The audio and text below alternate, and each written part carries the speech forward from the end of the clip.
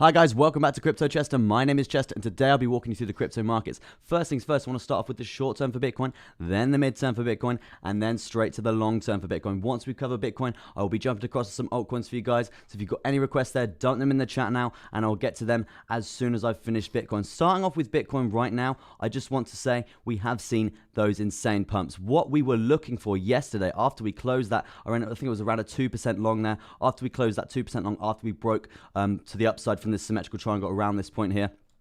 I woke up at 6 a.m. this morning, right, after predicting a retrace last night, and this is why I closed that position. I woke up at 6 a.m. this morning, and we were sat around this crucial point, right? We were sat around this crucial point, and I was like, right, I can see that momentum. I can see us breaking this resistance point that we had coming through here, and I got in a little scalp of a long. I'm not a scalping guy myself, but I got in a nice little scalp of a long, and I basically rode it up to this trend line here. Made out 1.7% on that. I worked it out earlier, but yeah, I think I got a little bit of a lower entry than that, but yeah, made about 1.7% on that. Not too bad at all for a nice little scalp this morning. At this point in time, obviously we know how crucial it is for Bitcoin, right? How crucial it is for Bitcoin, because this dominant downward sloping resistance line, which we're currently trying to find a nice level of support on, we can see the resistance off this line continuously, absolutely continuously. So a lot of people are saying long position, potentially pending.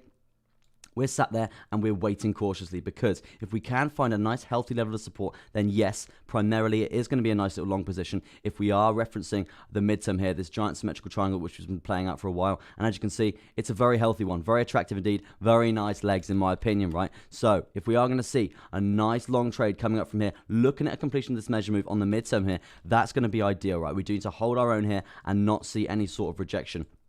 Yeah, as you can see, we are literally on that imminent sort of rejection point in terms of finding that resistance of this downward sloping resistance line to see that basically retracing the price, right? But as you can see on the hourly chart here, we do have a nice little golden crossy coming through here in terms of the 55 moving average and the 200 moving average, having a little crossover there. So we're looking at that potential for the upside here. But yeah, I wouldn't be surprised if we did see some sort of rejection, right? We obviously have just seen this pretty colossal pump overnight, right? We have seen this pretty colossal pump this morning.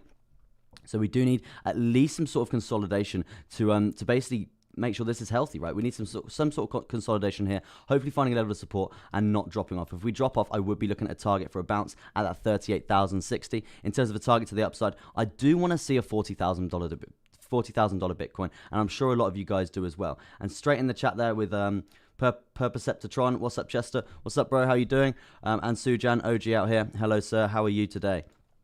And yeah, so if we are looking for that breakout, as I just said, I would like to see around that $40,000 Bitcoin get some sort of testing today. That would be ideal. That would be a lot more healthy for Bitcoin in terms of the upwards momentum here and continuing this very juicy uptrend that we've got coming through here. As you can see, we have just had, I mean, it's pretty hard to see. It's a pretty messy chart, right? we do have this ascending triangle coming through here. In this point here, obviously we've got this line coming through here and another trend line coming through there, right? We do have an ascending triangle coming through here, and we were looking at potential measure move to the upside, right? Potential measure move to the upside was looking at around like this, right? From that break point. And yes, we did smash that measure move. We did smash that measure move, and we did see that trade play out. For me personally, I didn't get in that because I was doing these little trades, and that 2% there, and then that other 1.7% there. But yeah, if you were in that trade and you did spot this ascending triangle, you would have made around a 3.35%. But personally, for me, I was cautious, right? I was pretty cautious because of all the horizontal all the horizontal resistance points that we had coming through and playing out here. We were looking at a couple of take profit points all the way along there, so I wouldn't have been going for around that 3% there. I would have been literally taking profit at all these different points of resistance, right? Yeah, in terms of that measure move itself, that did play out. So yes, well done to people who got inside of that. Let me get rid of that. That's the wrong thing. Let me get rid of the ascending triangle here for you guys here, so it's a bit more visually appealing, right? A bit more visually appealing. But yeah, crucial point right now is this zone that we are currently testing, right? If we are going to lose it, I would be looking at a bounce at that 38,000 zone. But as I said a second ago, I am ideally looking for that $40,000 Bitcoin today. That's going to be the ideal scenario.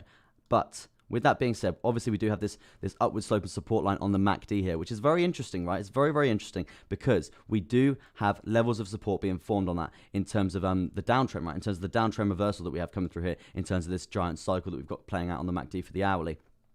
So as you can see here, we did actually near enough respect that. If we just move this like that, yep, it's still being respected pretty heavily, obviously accounting for spillover, and that's things as of touch, right? As of touch, as of such, right? But yeah, as you can see here, same sort of scenario happening on the uptrend here. So I wouldn't be surprised, as I said, if we do find a bit of resistance here, and we do see this uptrend a bit of curl over a bit, and then we do see that bearish crossover happening, right? If we see that bearish crossover happening, we do know it's not going to be huge.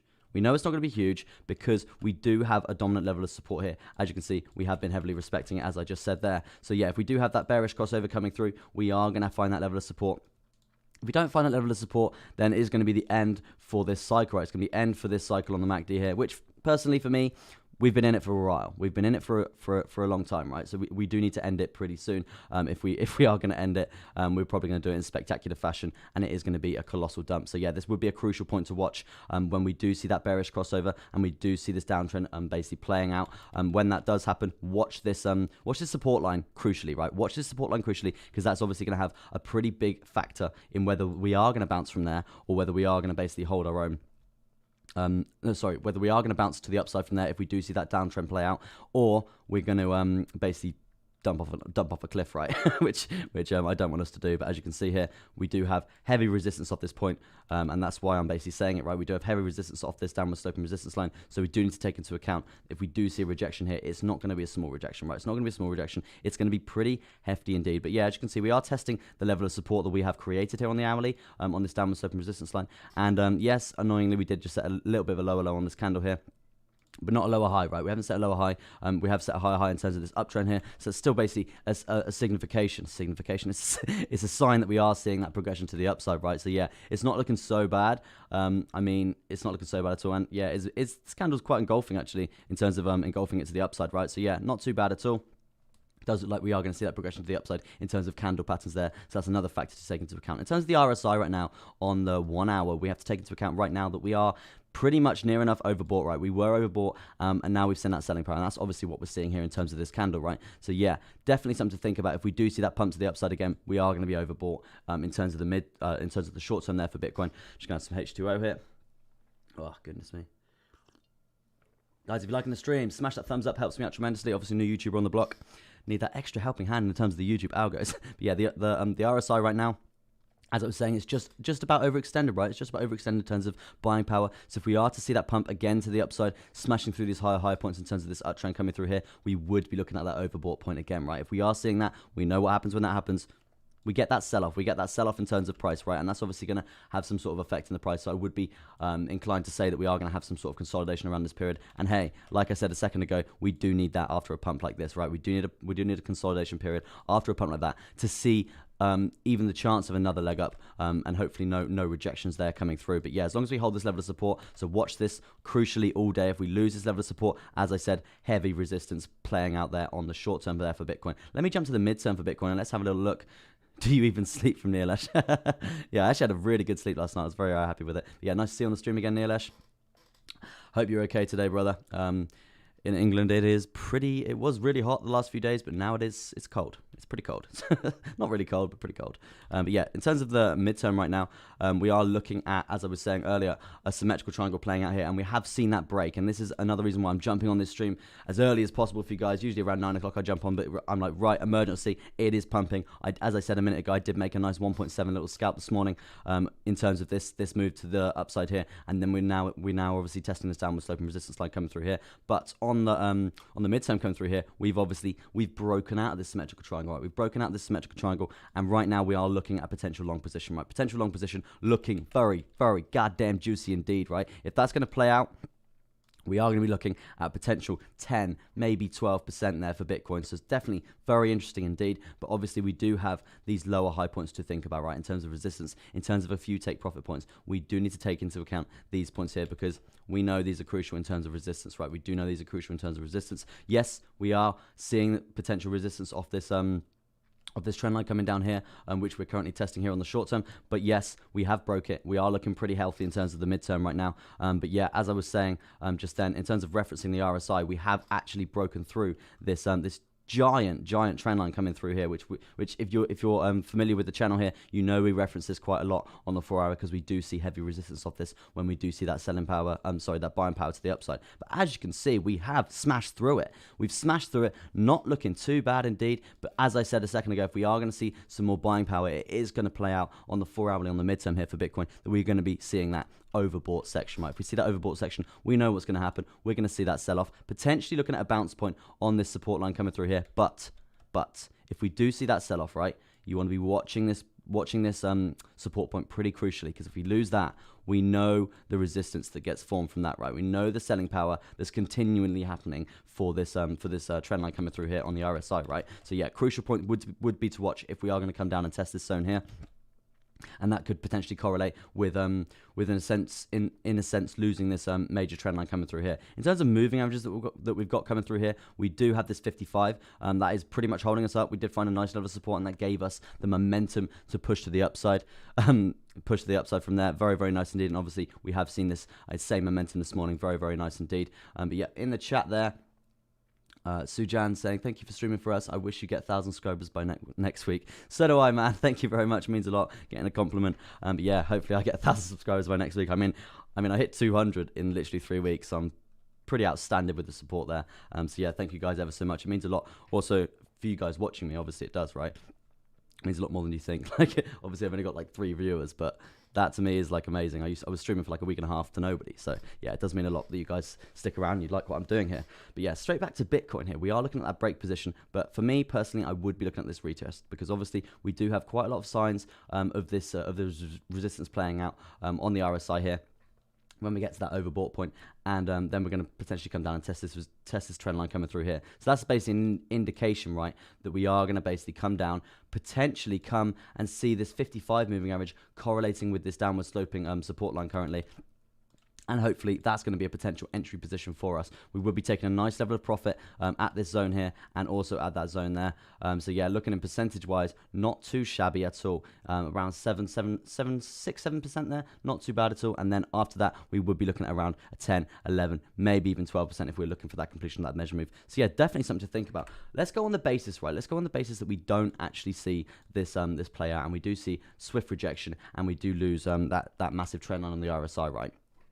In terms of points to aim for, I would be aiming for a support point on this 21 moving average coming up as well, and also the 10 moving average and the 55 moving average. So yeah, they're all correlating pretty well. Also with this horizontal support line at 37,330. So yeah, if we are going to fall off a cliff here, I would be looking at a bounce point at around that zone there.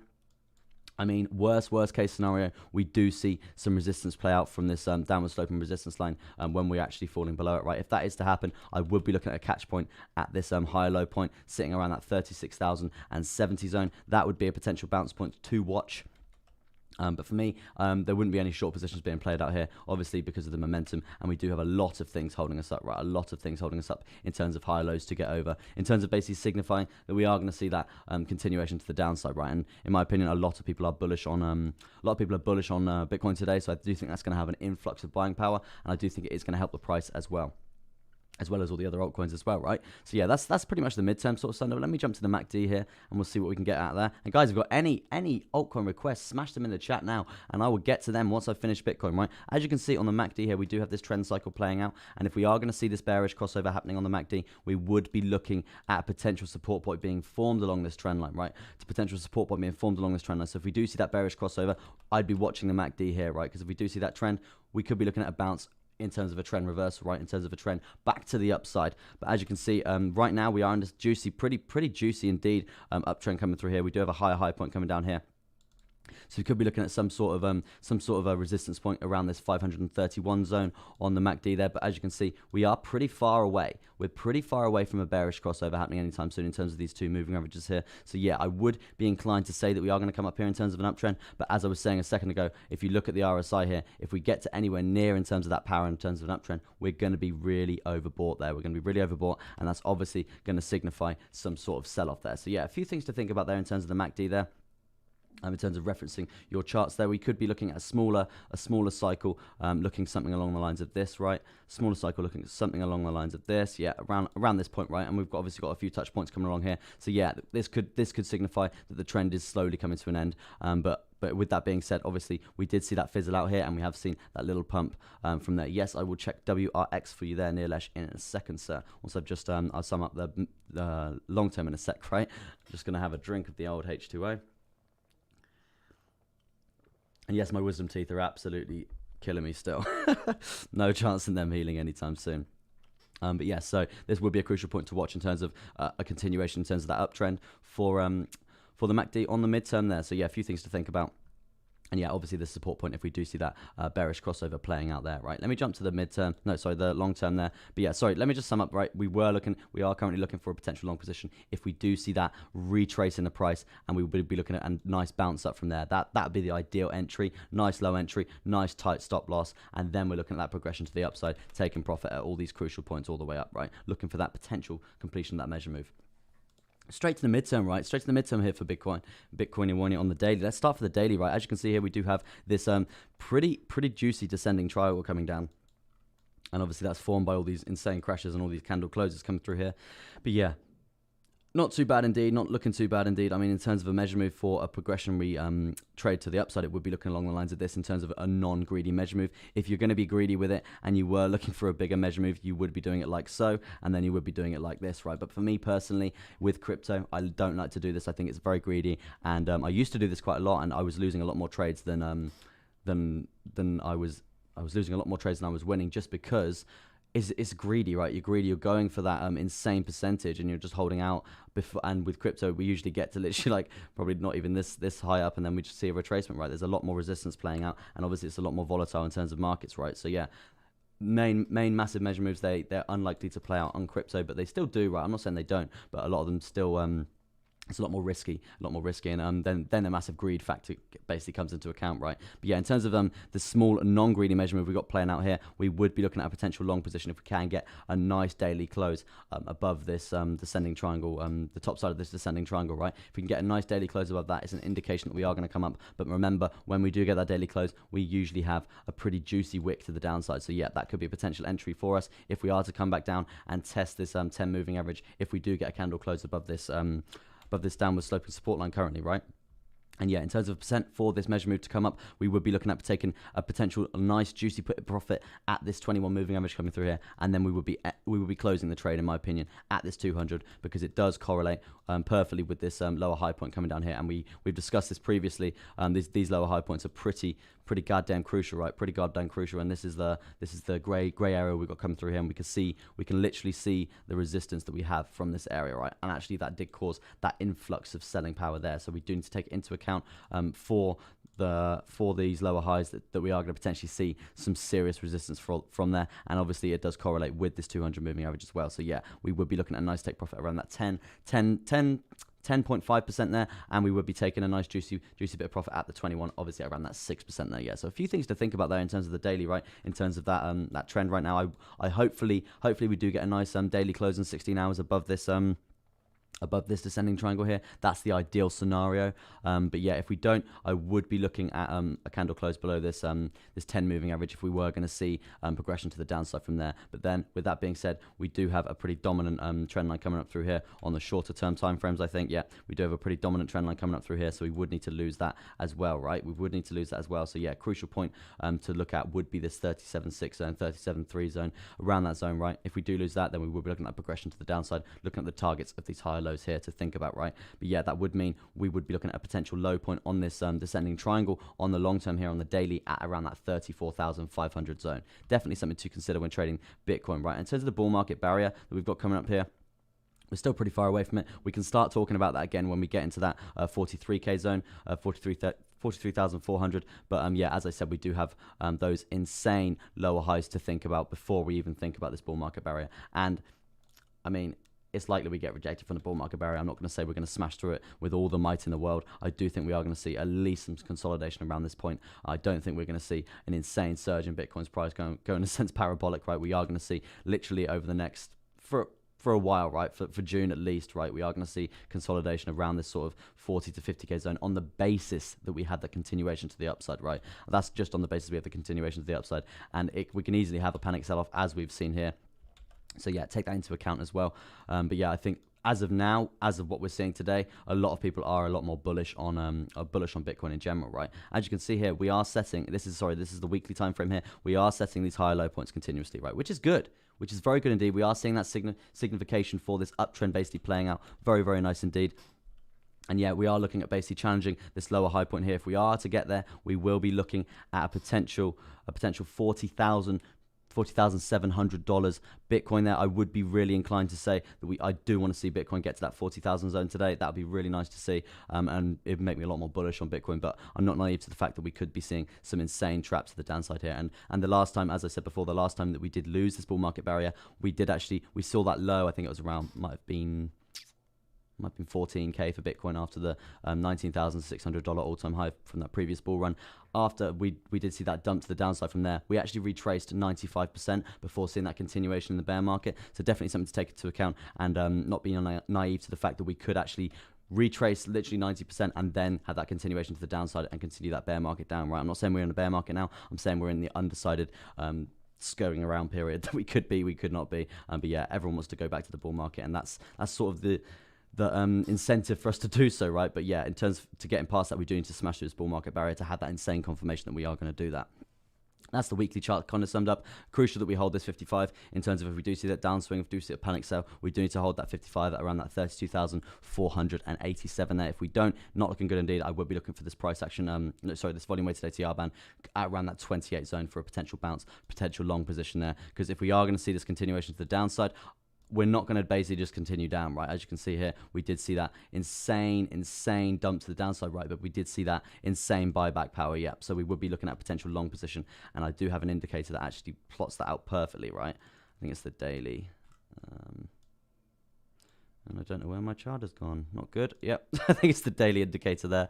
Let me get that up. Yeah, the daily indicator we do have. Yeah, as you can see here, the volume weighted ATR band coming down here.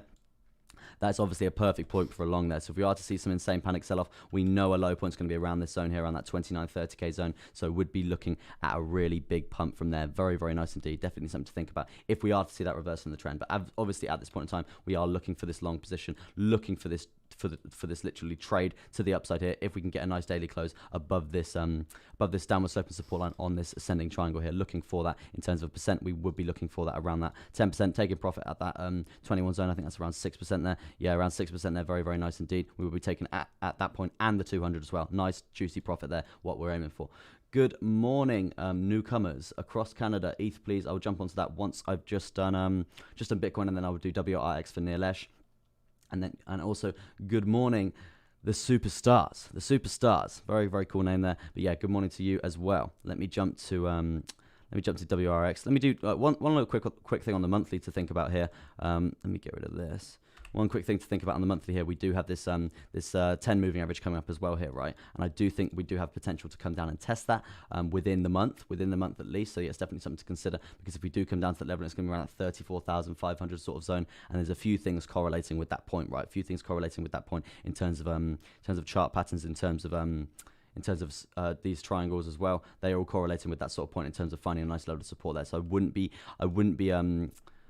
afraid to say that we could be coming down to that 34,500 zone potentially once we've tested these lower high points here, and then we see that swift rejection, and then we see that play out to the upside. But this zone here is going to be sort of a scur around zone for a bit. As I said, I don't see us going insanely parabolic in terms of Bitcoin right now, because the confidence isn't quite there. And yeah, we do have a lot of resistance to get through to the top side there. I'm going to jump to WRX there for Clearest. And guys, if you're liking the stream, smash that thumbs up, helps me out tremendously. Obviously, I'm a new YouTuber. I do need that extra hand in terms of these YouTube algos. Pretty hard to get on, right? But yeah, I do appreciate all your support here, guys. And I do hope you're having a fantastic day so far. In terms of what's happening right now for WRX, it's not looking too bad in my opinion. But yeah, as you can see, we did have insane pumps to the upside, and we did have a lovely, this is healthy, right? This is lovely and healthy, because what we did here, we actually consolidated along this period here. We actually held the 200 moving average here, which is very nice, very, very healthy indeed. We lost it for a bit, but we didn't find that resistance. We actually got held up by the 21 moving average, and then we found a level of support on this, what was a horizontal resistance point at that $1.85, and now we've obviously surged to the upside. I think partly because of Bitcoin as well, but we have surged to the upside, and yeah, the next target point would be getting over these high points here. and eradicating this lower high that we got coming through here. Target around that $2.24 if you are looking for that progression to the upside. But yeah, as you can see on my chart, we do obviously have a lot of horizontal resistance points correlating with a lot of candle closes and wicks to the downside, right? So yeah, definitely a few things to think about there in terms of resistance. The first one I would be looking at in terms of resistance, as you can see, we did test it on this previous 4-hourly candle here, and that is sat around $2.15. So if you can get over that, the next target would be that $2.19 sort of zone there, and then after that we would be looking at that $2.23. So yeah, as I said, if we can get a nice level of support to the top side of this, that's going to be ideal. But yeah, we have had this, obviously we have had this insane pump, so I wouldn't be surprised if we were to claim the first horizontal resistance point and then basically just have a little scurrying around moment, have that consolidation point before we're looking at that next leg up, right? That's the healthiest sort of scenario, because if you are going to go insanely parabolic from now, you are going to have some sort of crash to retrace from that. But yeah, it doesn't look too bad, right? It doesn't look too bad at the moment. I would still be bullish on it, but I would be looking, if we are going to see that retracement to the downside, it looks like you can hold your own in terms of the 200 moving average you've got coming through here. So yeah, I would be looking at a potential bounce point, and that does actually correlate with that horizontal support point at that $1.84 there. Hello again, Tom. Hope your wisdom teeth aren't giving you too much grief today. No, they're awful, man. Absolutely awful. One of them's like halfway through. It's just ultimate pain, right? Ultimate pain. But yeah, got to power through. Got to power through indeed. I think it's putting extra strain in my throat as well, because now I'm getting a sore throat, which just sucks. But yeah, still going, guys. Still going for you guys. Love doing this, right? But yeah, in terms of a bounce point for WRX here on the 4 hour, I would be looking, if we are going to see that price reversal and see this momentum to the downside basically play out, as you can see here, it did here. So we would be looking at a bounce point around this 200 there. In terms of what's happening on the RSI, it doesn't surprise me nearly overbought, right? It doesn't surprise me nearly overbought, because obviously we've seen this insane pump, right? We've seen this insane pump, so that's basically a signification. It's a sign that we are going to see some sort of either consolidation period, letting the RSI basically chill out before we can see another wave up in terms of buying power, or we're going to see a swift rejection, right? Swift rejection basically potentially coming down to this 200 moving average, as we said there, leveling out the RSI, giving you another leg up. But yeah, worst case scenario right now, one would be Bitcoin to dump off a cliff and see that insane resistance from, that's wrong, insane resistance from this, not that one, what is happening? From this symmetrical triangle we got playing out here, and this insanely dominant resistance line coming through here. If Bitcoin loses that, then obviously that is going to have an effect on the price here, and that could basically bring a surge down in the price. And obviously, from what we saw before, we actually dumped around 20% there. So yeah, I wouldn't take it out the cards to dump that low.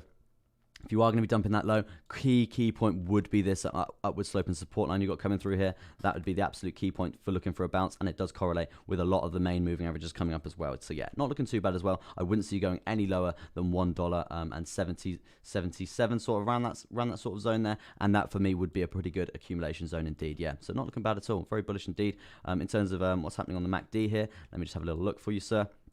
We have just had that bullish crossover, surprisingly, actually. We have just had another bullish crossover coming through here after a pathetic downtrend playing out. Pathetic indeed. So, yeah, we are looking not too bad at all. It could be a pretty flaccid trend here, but as you can see, we do have a high point here, a lower high point here being set by this MACD here. We do have a nice little cycle coming through here. Potentially, we are going to see that pump to the upside and see that resistance from this point as well. So, yeah, if we do see a nice level of buying power, nice level of trend forming here, we would be looking at resistance point for this zone here. So yeah, take that into account when watching this live, because we would be looking at some sort of resistance point potentially forming with this volume weighted ATR band at the top side here. So yeah, definitely something to consider when trading the old WRX right now on the midterm. We jump to the 1 hour quickly. As you can see, pretty much same sort of story. We do have the volume weighted ATR band to think about here, and as you can see, we do find pretty dominant levels of resistance here. So if we are going to come up to that point, that does correlate with being overextended on the midterm there, and that's basically saying that we are going to see, if we are going to see a rejection, it is going to be at that $2.31 there. So yeah, definitely something to think about there, Neelesh.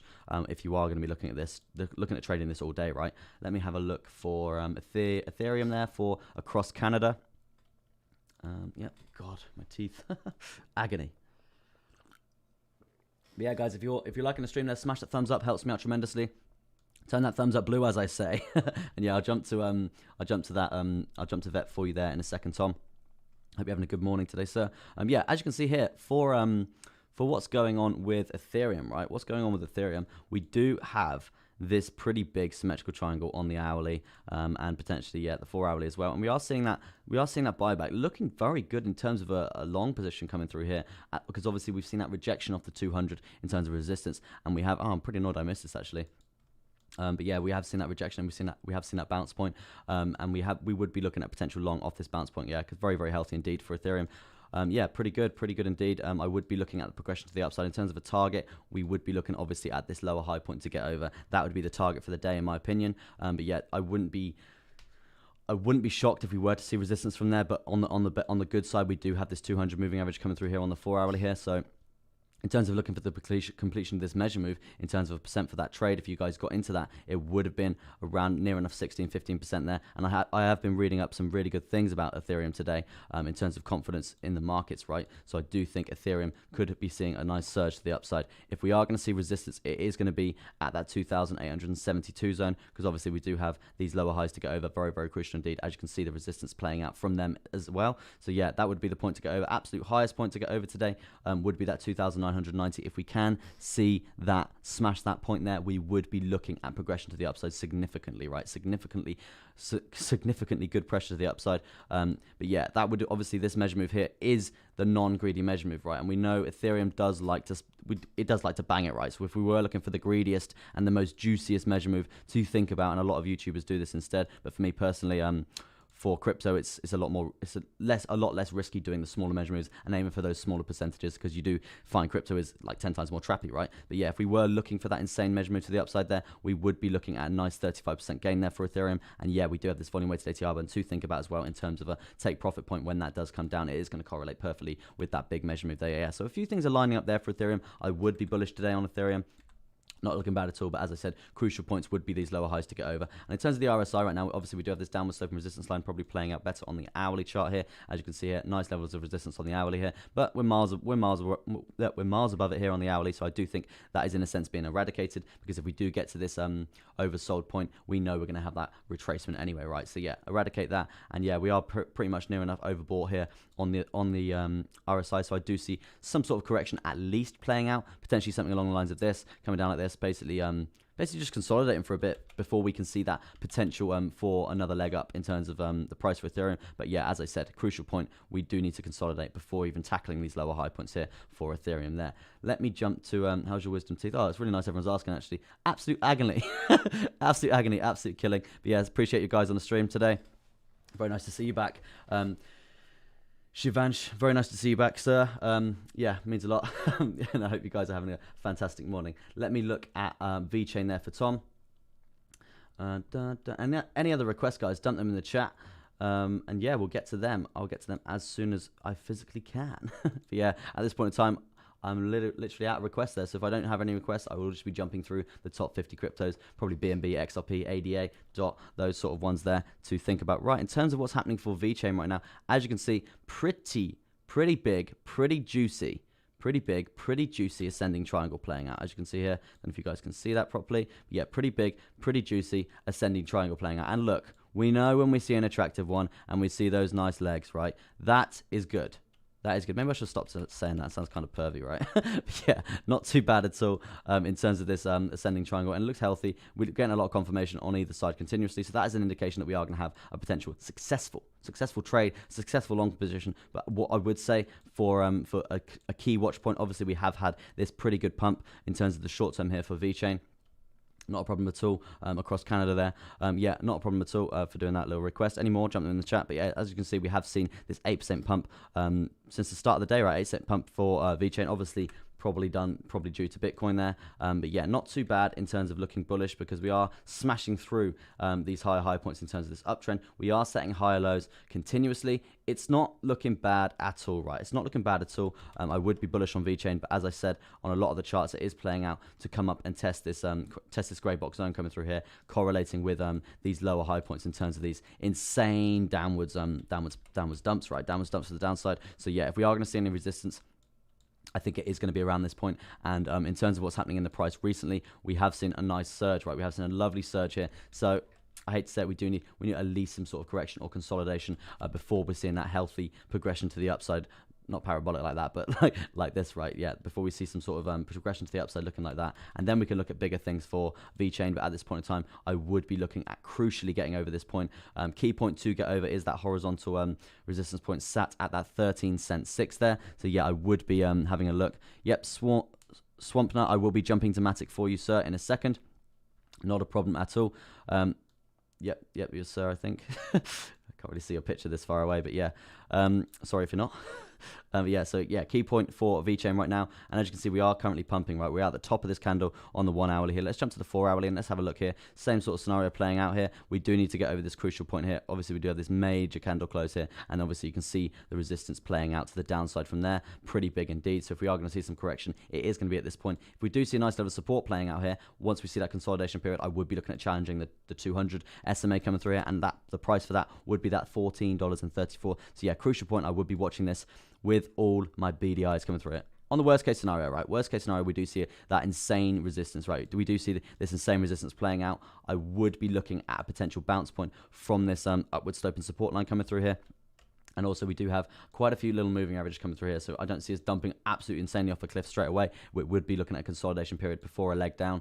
But yeah, a bounce point would be this support line we've got coming through here. As you can see, the momentum holds its own continuously. Yeah, so that would be the target point if we are looking at the progression to the downside. So yeah, a few things to think about there with VeChain. In terms of what's happening in terms of the RSI right now, we do have this downward sloping resistance line playing out. As you can see here, we are currently above it. So if we do come down and test it, it's going to be a very good indication we are going to find a nice level of support. And yet, I do think that actually correlates perfectly with that upward sloping support line that we just had plotted in there. So yeah, a few things to think about there when we do come down, because if we do come down, we would be looking at challenging this zone here in terms of the RSI, in terms of buying power. But yes, one thing a major thing to think about right now is if we do get to this point, we will need to be watching it, because we do lose that point. Obviously, we can see the resistance playing out from this zone itself. So yeah, I would be looking at a crucial bounce point from here to the upside in terms of finding support, and that obviously correlates perfectly with the support line coming through up here as well, right? So yeah, a few things to think about in terms of VeChain right there. But yeah, crucial point to summarize would be these lower high points to get over, and basically hopefully find support on this 200 moving average around that 14 cents and 38 there. Oh god. Now we're going to Matic there. Yeah, guys, I hope you're having a fantastic day. If you're liking the stream, smash that thumbs up. Helps me out tremendously in terms of YouTube algorithms and that. And obviously, I am a new YouTuber on the block here, right? New YouTuber on the block. I did read something this morning. Matic is behaving like a stablecoin. It's pretty sideways. Not that much going on. But in my opinion, it's good. Matic needs this chill, calm zone for it to have that continuation in terms of the pumps that we was having. Like when we did see this insane dump, right? When we did see this insane dump to the downside, the recovery was one of the best recoveries out of a lot of the altcoins out there, right? A lot of people noticed this, and this is why Matic got a lot of recognition in terms of their technology.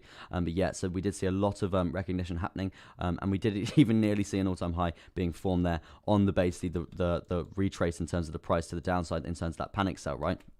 Which is that lovely V-shaped recovery in a sense there. Head and shoulders sort of playing out pretty dominantly, coming back to this neck point here. Very, very nice indeed. I mean, at this point in time, after seeing a pump like this, in terms of the recovery point, let's go from close to the top point there, 165% in a matter of like a few days, right? We saw that in a matter of a few days. So we do need at least a nice consolidation period before even looking at the potential for a leg up, right? What football club do you support? I hate to say it, but I'm Arsenal, and they're dreadful at the moment. So yeah, not really big on football at the moment, because it's just embarrassing watching a team lose every game, right? Awful season. But yeah, so yeah, in terms of Matic right now, I would be looking at just chilling. We're chilling out. We're not breaking insane higher lows that have been formed here. So it's not looking like bearish at any point in time, right? We are looking pretty still indeed. But one thing that is crucial right now is the fact that Bitcoin has obviously had this insane pump, and Matic hasn't followed suit, right? Matic hasn't followed suit, so that's one indication in a sense that it's behaving abnormally to the rest of the altcoins, which are actually finding a lot of upwards momentum today. So it's going to be interesting when we actually see some sort of potential resistance being formed for Bitcoin, what Matic is going to do, right? Because if it's behaving abnormally to the fact of what Bitcoin's going to do, then it shows that it could be taking its own sort of stance on things, and we could be seeing some insane sort of price action. And then the people who were messing around with the altcoins before, in terms of when Bitcoin's pumping, they actually move over to Matic. And I think the other one for that was ADA as well, right? So yeah, a few things to think about there, but at this point in time, we're sideways. It's not so bad, right? It's not so bad. If we were seeing that progression to the downside continuously, I would be looking at a target point of this high low point here at around that $1.57. But for me, very bullish on Matic in terms of the long term here. We do have a few sort of trend lines coming through here, but nothing really that dominant, right? Nothing really that dominant to think about apart from this one up here. We do have horizontal resistance points sat around that $1.94. So if you are looking for that progression to the upside, I would be looking for this 194 in terms of a resistance point. If you're going to find a nice level of support on that, you could be looking at a potential measure move up, because I'm not sure if you guys can see this. Let me get rid of the WOD machine quickly. We do have a pretty, it's not the nicest channel in the world, but it is a channel nonetheless, right? We do have a nice little sideways channel forming here. So yeah, if we are looking at potential move to the upside, we could be looking at a potential measure move, looking something along the lines of this, right? Something along the lines of this, obviously depending on where we're going to break along this channel here.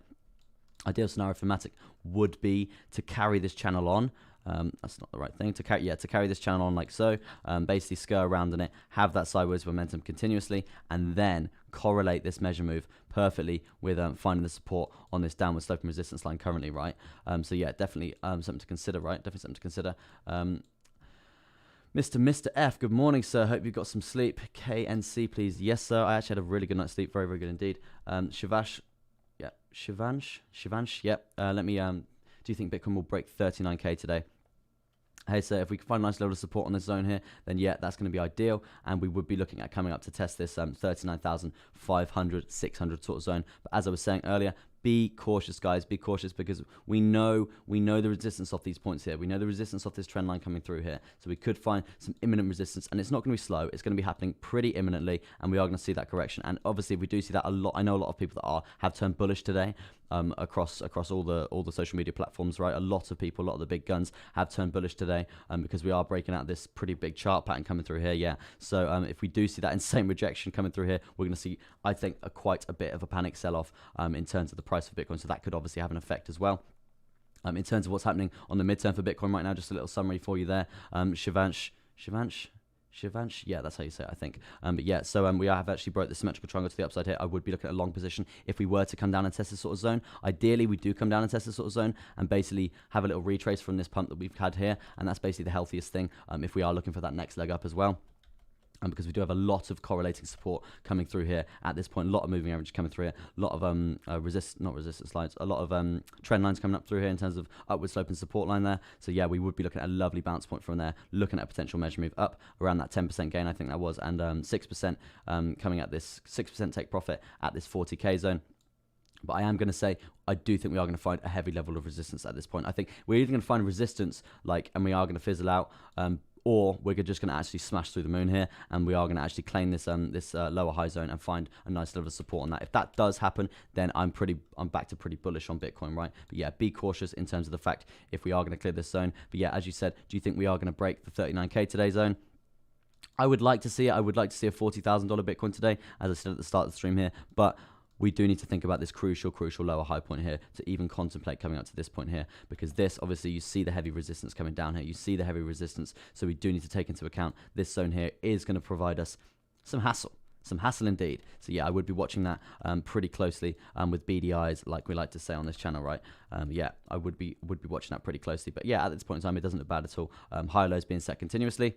Very, very nice indeed. But yeah, crucial point would be these lower highs to tackle them as well. Right, back to Matic quickly in terms of letting this channel play out. That would be very, very nice indeed. We would be looking at a measurement to the upside, looking around the point like this, around that near enough 10% there gain for Matic, and we know that would be very juicy indeed. And with Matic, it is pretty much likely to play out, right? If we do see that progression to the upside, and we do see that happen, that's going to be good indeed. But don't rule out the fact that we could see a nice measurement to the downside playing out, right? If that does play out, we would be looking at correlating pretty perfectly with these higher low points being formed here. And as you can see, when we came down to this zone here, we did see that bounce in terms of buying momentum from there, right, continuously. So we do need to think about that in terms of a bounce point, and it does correlate perfectly with a take profit. So I would not be shocked if we did see sort of something play out to the downside there. So yeah, it would be something to consider. I would be watching this bottom side of this channel pretty closely, and that is that $1.76 zone to think about there, guys, if you are going to be trading Matic there. And that is obviously that's the midterm there, right? But yeah, I'm just going to have some more H2O here. Oh, good. Guys, if you're liking the stream here, smash that thumbs up. Helps me out tremendously in terms of the YouTube algos. I do really appreciate all you guys' support here. Let's see, we've got 12 viewers out here. Very, very cool indeed. Hello to everyone out there. And hello to the people who who are trading and just they're not watching. They just got it on like a sort of a podcast thing there. Because I used to do that as well. I used to just stick some YouTubers live on. So yeah, if you're obviously not typing in the chat and stuff, hello to you and thank you for that continuous support there. Let me jump to KNC there for Mr. F. KNC was it? KNC. Yeah, I reckon it's this one here. Very nice indeed. Very upwards momentum being formed here. Not too shabby, and we are seeing a nice consolidation period to basically chill out this parabolic zone that we had playing out here. Very nice indeed. I would be bullish on this continuously because we are seeing very nice upwards recovery from obviously these insane low points that we had forming here. But yeah, as the story plays out here, crucial point to get over would be these lower high points being formed here, because obviously that is the point of the deep sea dive in the trenches in the ocean there. We did see a nice deep sea dive coming through here. So yeah, we would be inclined to say there is potential for that to happen. And as you can see here, in terms of horizontal resistance points coming through here, we are currently testing this sort of zone. If we can find a level of support now, I would be looking at the next target for a resistance point at like $2.89. But currently, let's just get over that $2.59 and find support there, because as you can see, we do have resistance playing out continuously from there. But on the plus side, we did see a heavy point resistance at the start of it, but now it is kind of fizzling out, right? It's fizzling out, and that basically gives us an indication that we are going to see that progression to the upside. Yes, we do have a lower high here that we do need to break over if we are going to find a nice level of support here, and we don't see a trend line forming along the lines of that, right? But yeah, at this point in time, higher lows being set continuously. Very nice indeed. Early reversal in the trend, not too bad at all. But yeah, this consolidation period is pretty healthy as well, I must say, right? But yeah, if we jump to the 12 hour, we have seen this parabolic motion, right? We have seen this parabolic motion. We have seen the last four candles here, the last 48 hours, just be absolutely parabolic, right? So we do need to think about the chance of a consolidation period here to basically level this out, because if we do see that continuous progression to the upside of that, we are going to see a serious reversal in the price there. Hello to you, Barry there. Nice to see you back on the stream. I do think I remember you there, sir. Rock the Kyber. Yep, bang on the Kyber, bro. Yeah, so not looking bad at all. But yeah, ideal scenario, I would like to see not a price correction in terms of a downward swing here. I would like to just see a bit more of a consolidation period. Obviously it's not going to be huge because we are on the 12 hour here, but I would like to see a bit more of a consolidation period. Maybe ride this on a little bit more before seeing those insane gains back to the upside, right? So yeah, just for it to be healthy, more healthy in my opinion, and more healthy in terms of the confidence in the coin itself, and not seeing these insane swings. As you can see, we have seen these insane swings before, yeah. So we would be looking for that small consolidation zone there for it to be healthy, right? Let me jump up the WOD machine and the 4 hourly time frame coming through here. And yeah, as you can see, we have found a nice level of support on this 200 moving average as well. So yeah, that's definitely something to consider.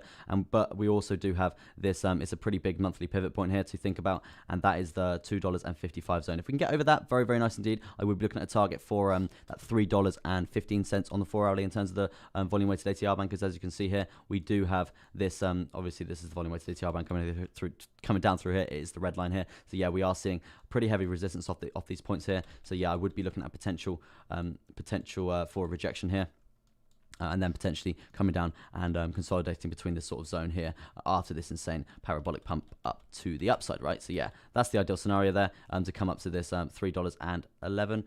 $3.16, yeah, $3.16 around that point there. But yeah, so that'd be the ideal scenario, and I wouldn't say it's impossible at all, because obviously these higher lows are pretty goddamn healthy, looking very nice indeed. So yeah, I would be bullish on Kyber Network here, very much indeed. And the name itself is just intriguing me personally. I don't know anything about the fundamentals here of this coin, but I like the look of it. I like the look of it and how it's behaving, right? There's obviously confidence in the market here, so that is something that I'm potentially going to research there once I'm off this stream, right? Yeah. But yeah, let me jump to what was next. Litecoin there for Tom.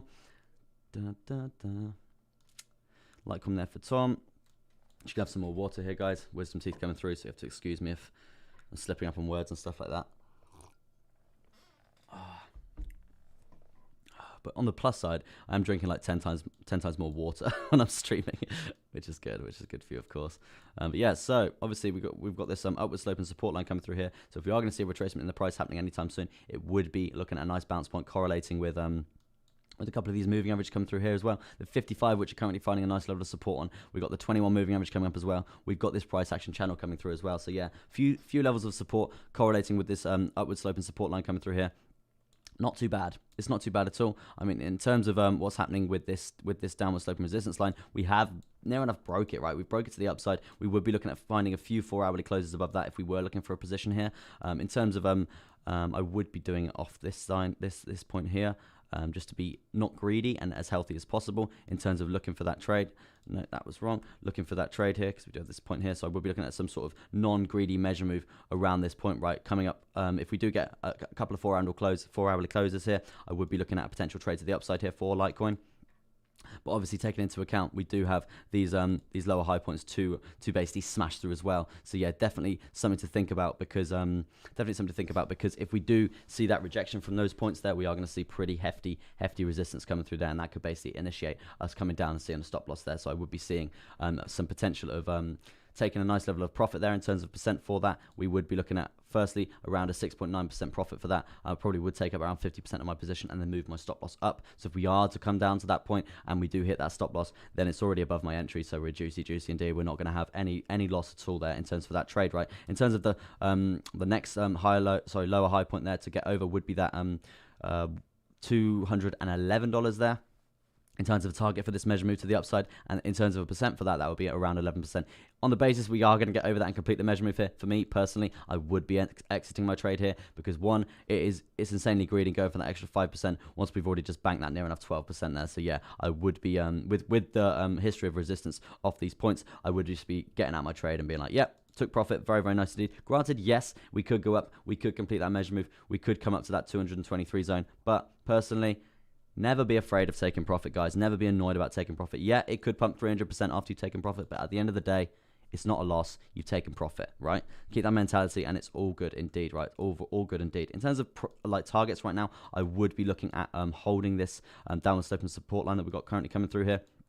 Holding that, getting a few 4-hourly closes for initiation for that potential trend to the upside. Obviously, nothing I say is financial advice, guys. It's just in terms of educational stuff here going on. If I can educate you on a position that could be potentially beneficial to you guys, I'm not saying take the position. I'm saying do your own research and then obviously make your own decision on whether you are going to take that trade yourself, right? In terms of what's happening on the RSI, we do need to take into account that we're pretty central, right? We're pretty central indeed. It's not too bad.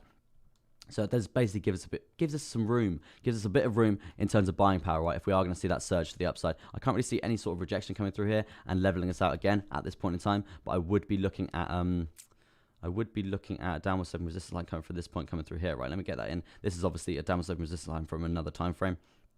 But yeah, looking not too bad. I would be looking. Let me get rid of that one for now. I would be looking at a potential bounce point if we were to come down here and find a level of support here. So we would be finding a level of support. Crucial point to watch would be that central point. And as I said, it's central, so we could be going either way from there. But likelihood, we are going to find that support and bounce to the upside here. And that's basically an initiation that we could be looking at a potential great position coming through here. All the stars are aligning in that sense, in terms of using that saying, right? Very, very good stuff indeed. Oh, God. But as you can see here, we are in this uptrend continuously, not looking bad at all. We do have these lower lows in terms of this lower low point in terms of the MACD here coming through. So, yeah, I would be inclined to say if we are going to see that bearish crossover, that we are potentially going to find a nice level of resistance at this current high low point coming through here in terms of the MACD here. But it's not looking bad at all. I don't see us coming down even lower and testing this sort of zone here. I just don't think that is that's quite feasible right now. And at this point in time, we are seeing some sort of fizzle out in terms of this downtrend coming through here, and that means we could be basically setting some sort of a new trend cycle coming through here, and that could basically mean we are going to have a surge in the uptrend, right? We are going to have a surge in the uptrend, and that is another factor. Good morning, Wasim. Nice to see you on the stream again, sir. It basically could mean that we are going to see that surge and see that completion of that long position to the upside. Very, very nice stuff indeed. And that is basically Litecoin summed up on the 4 hour there. Let me jump to the daily quickly, just have a little gander at that. Same sort of scenario coming through here. Yeah, take profit point. Another point would be around this lower high point close that we've got coming through here on the daily, and that correlates with this 21 moving average as well, right? But in good terms, we are finding a nice level of support on this 200 moving average. So if we are looking at that reversal to the downside in terms of the price, we would be looking at finding heavy support on this 200 moving average and potentially using that as a nice progressionary swing to the upside from there, right? A few things to consider when trading Litecoin, right? Let me have a look at, thanks bro, KSN is an Ethereum token used for paying fees.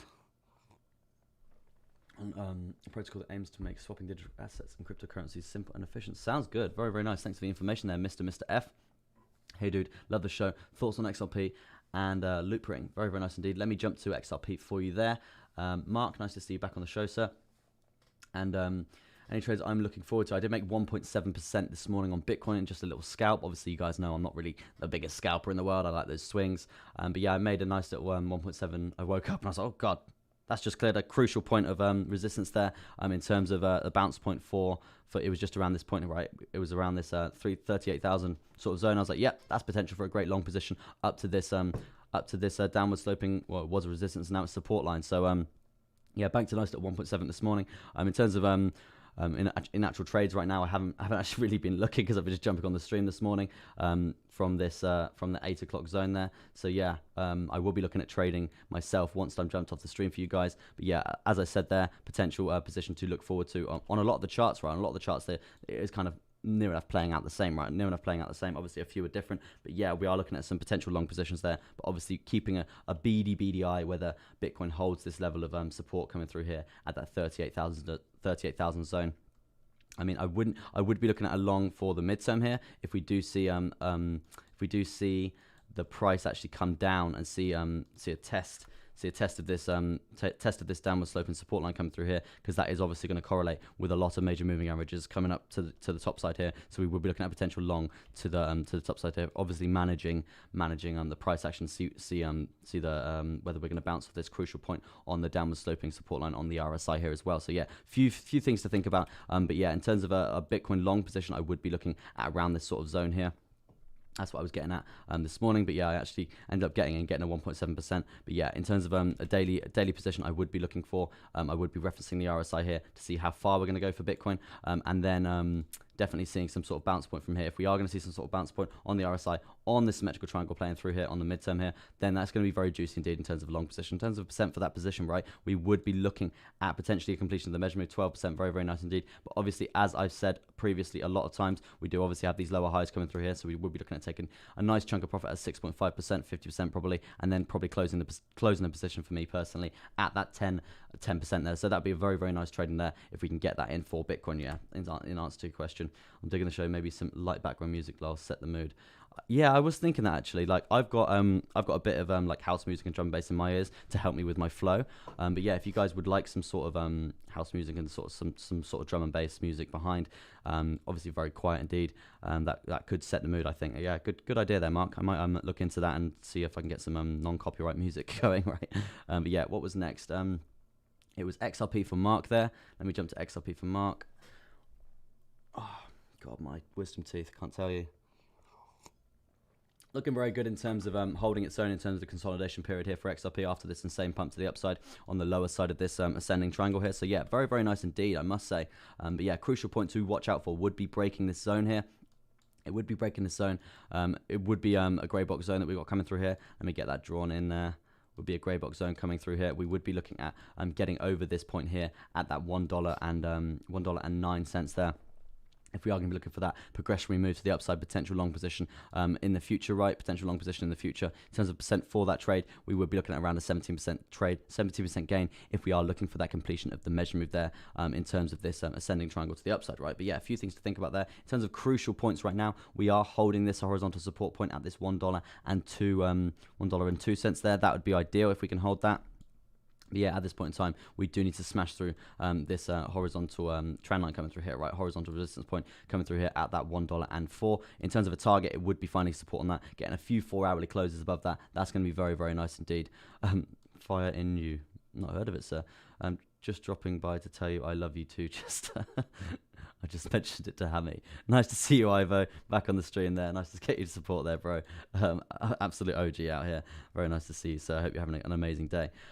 Keep up the good work growing these teeth, bro. Yeah, these wisdom teeth are killing me, right? Usually it's quite common to have like 2 come through at a time, and then you get your 4, but mine are all coming through at the same time, so my mouth is just completely swollen, and it's just agony to speak, and you can probably notice that in my voice, right? Even though I am trying to still be as quick as possible, right? As quick as possible, getting as much information outlaid to you guys as possible, right? But yeah, in terms of targets for XRP, and guys, if you're liking the stream, smash that thumbs up button, helps me out tremendously, right? But obviously only if you are liking the stream, right? But yeah, if we can get over this this point here, and that $1 and $1.05 sort of zone there. That's going to be ideal for XRP looking for that progression to the upside. At this point in time, these high lows are pretty dominant indeed. If we are going to fall down, if we are going to see resistance off this horizontal resistance point here, hopefully we're going to get catched from this, get caught on this $1.02 zone on this horizontal support line, and then we're going to see some consolidation potentially around this 55 and this 21. But worst case scenario, we do have this high low point here at that 98 cents in terms of a bounce point up from there, potentially looking at potentially a little tiny channel playing out here if we are going to see that progression to the downside there. But yeah, if we do lose it, we are going to see potentially eradicating this this high low point here and coming down to this zone here. I would be looking at a potential bounce from here if we are going to come down. That I can't really see us losing this sort of zone, because obviously you can see the upwards momentum from this trend line we got coming through here, right? The support that we have on this zone here is pretty crucial, so we are looking at that upwards momentum from there. And also another thing to think about, catching my eye here, crypto vampire sounds better than crypto chart vampire. Funny stuff there, Ivo.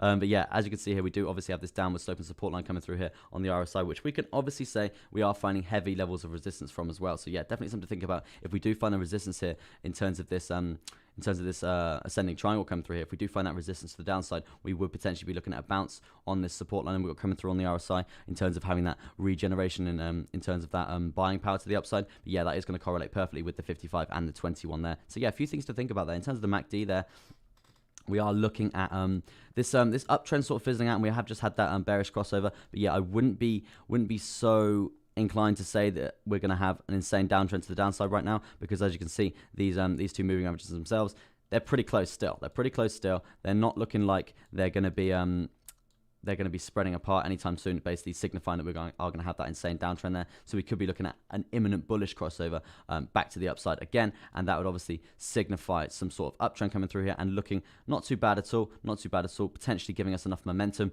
and finding a bit of resistance off this point here in terms of this upwards trend cycle on the MACD here. And that basically means that we are likely to come up to this point, consolidate around this point before seeing us come and having that leg higher, right? So definitely something to consider there, guys. Yeah, in terms of the downtrends right now, they're pretty pathetic, right? Pretty pathetic downtrends to think about. Nothing really going on there. And yeah, as I said, we are looking at that bullish crossover pretty imminently indeed, right? Pretty imminently indeed. But yeah, let me jump to what was next on the list there. What was next on the list here?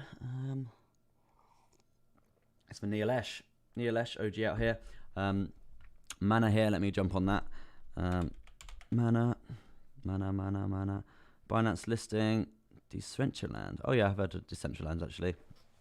Let me have a little look here for you guys in terms of Mana right now, and then I'll be jumping to Fire NU. I don't really know what to type in for that, sir. Let me have a look. Ivo, just mentioned it to Hammy. Keep growing those teeth, bro. Chart Vampire. Sounds better than Crypto Chester. Thanks, man, for slating my business name. Great stuff there, Ivo. I'm joking, man. Then I'll look at Theta for Shivansh there, and then Crypto Wisdom T. I do like that, Ivo. That's cool.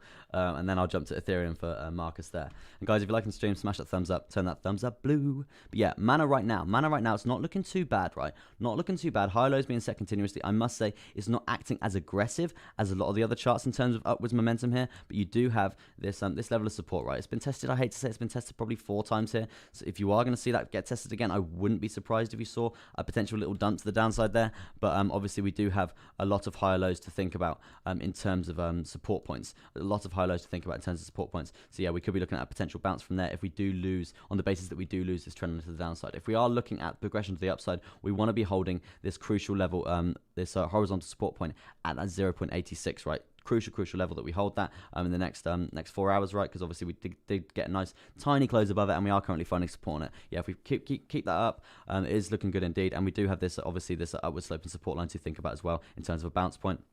Yeah, on the basis that we lose it, we do have these zones to bounce from as well, right?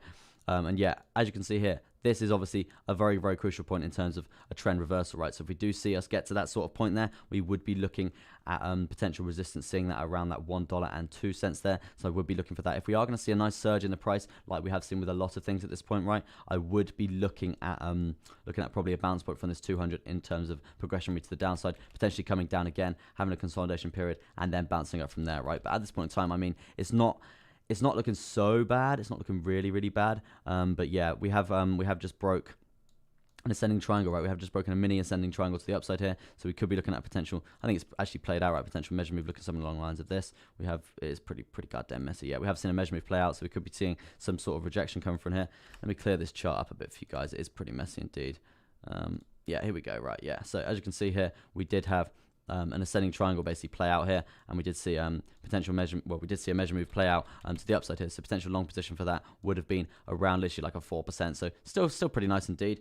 So yeah, well into yourself, sir, if you got inside of that, but got inside of that, got on that. But yeah, at this point in time, I would be seeing that nice progression to the upside.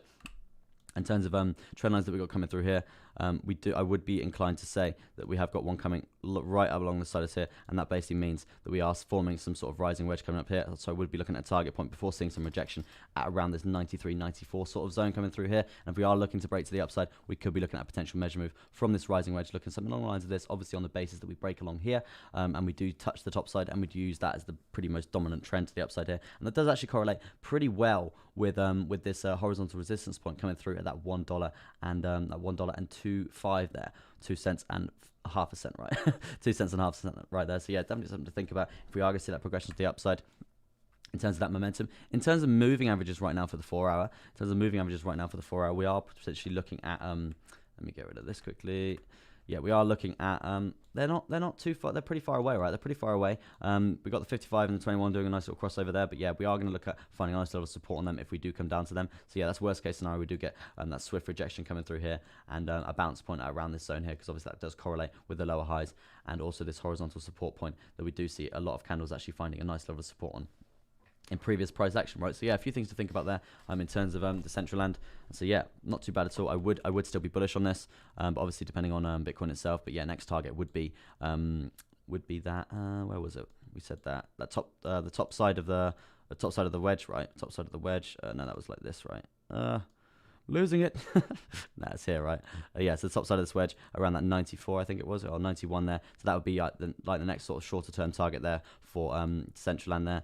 So yeah, I would be aiming for that if we were going to continuously hold this support on this horizontal support line at that 86. What's good, Skydemex? Nice to see you on the channel, bro. I had a good sleep out here.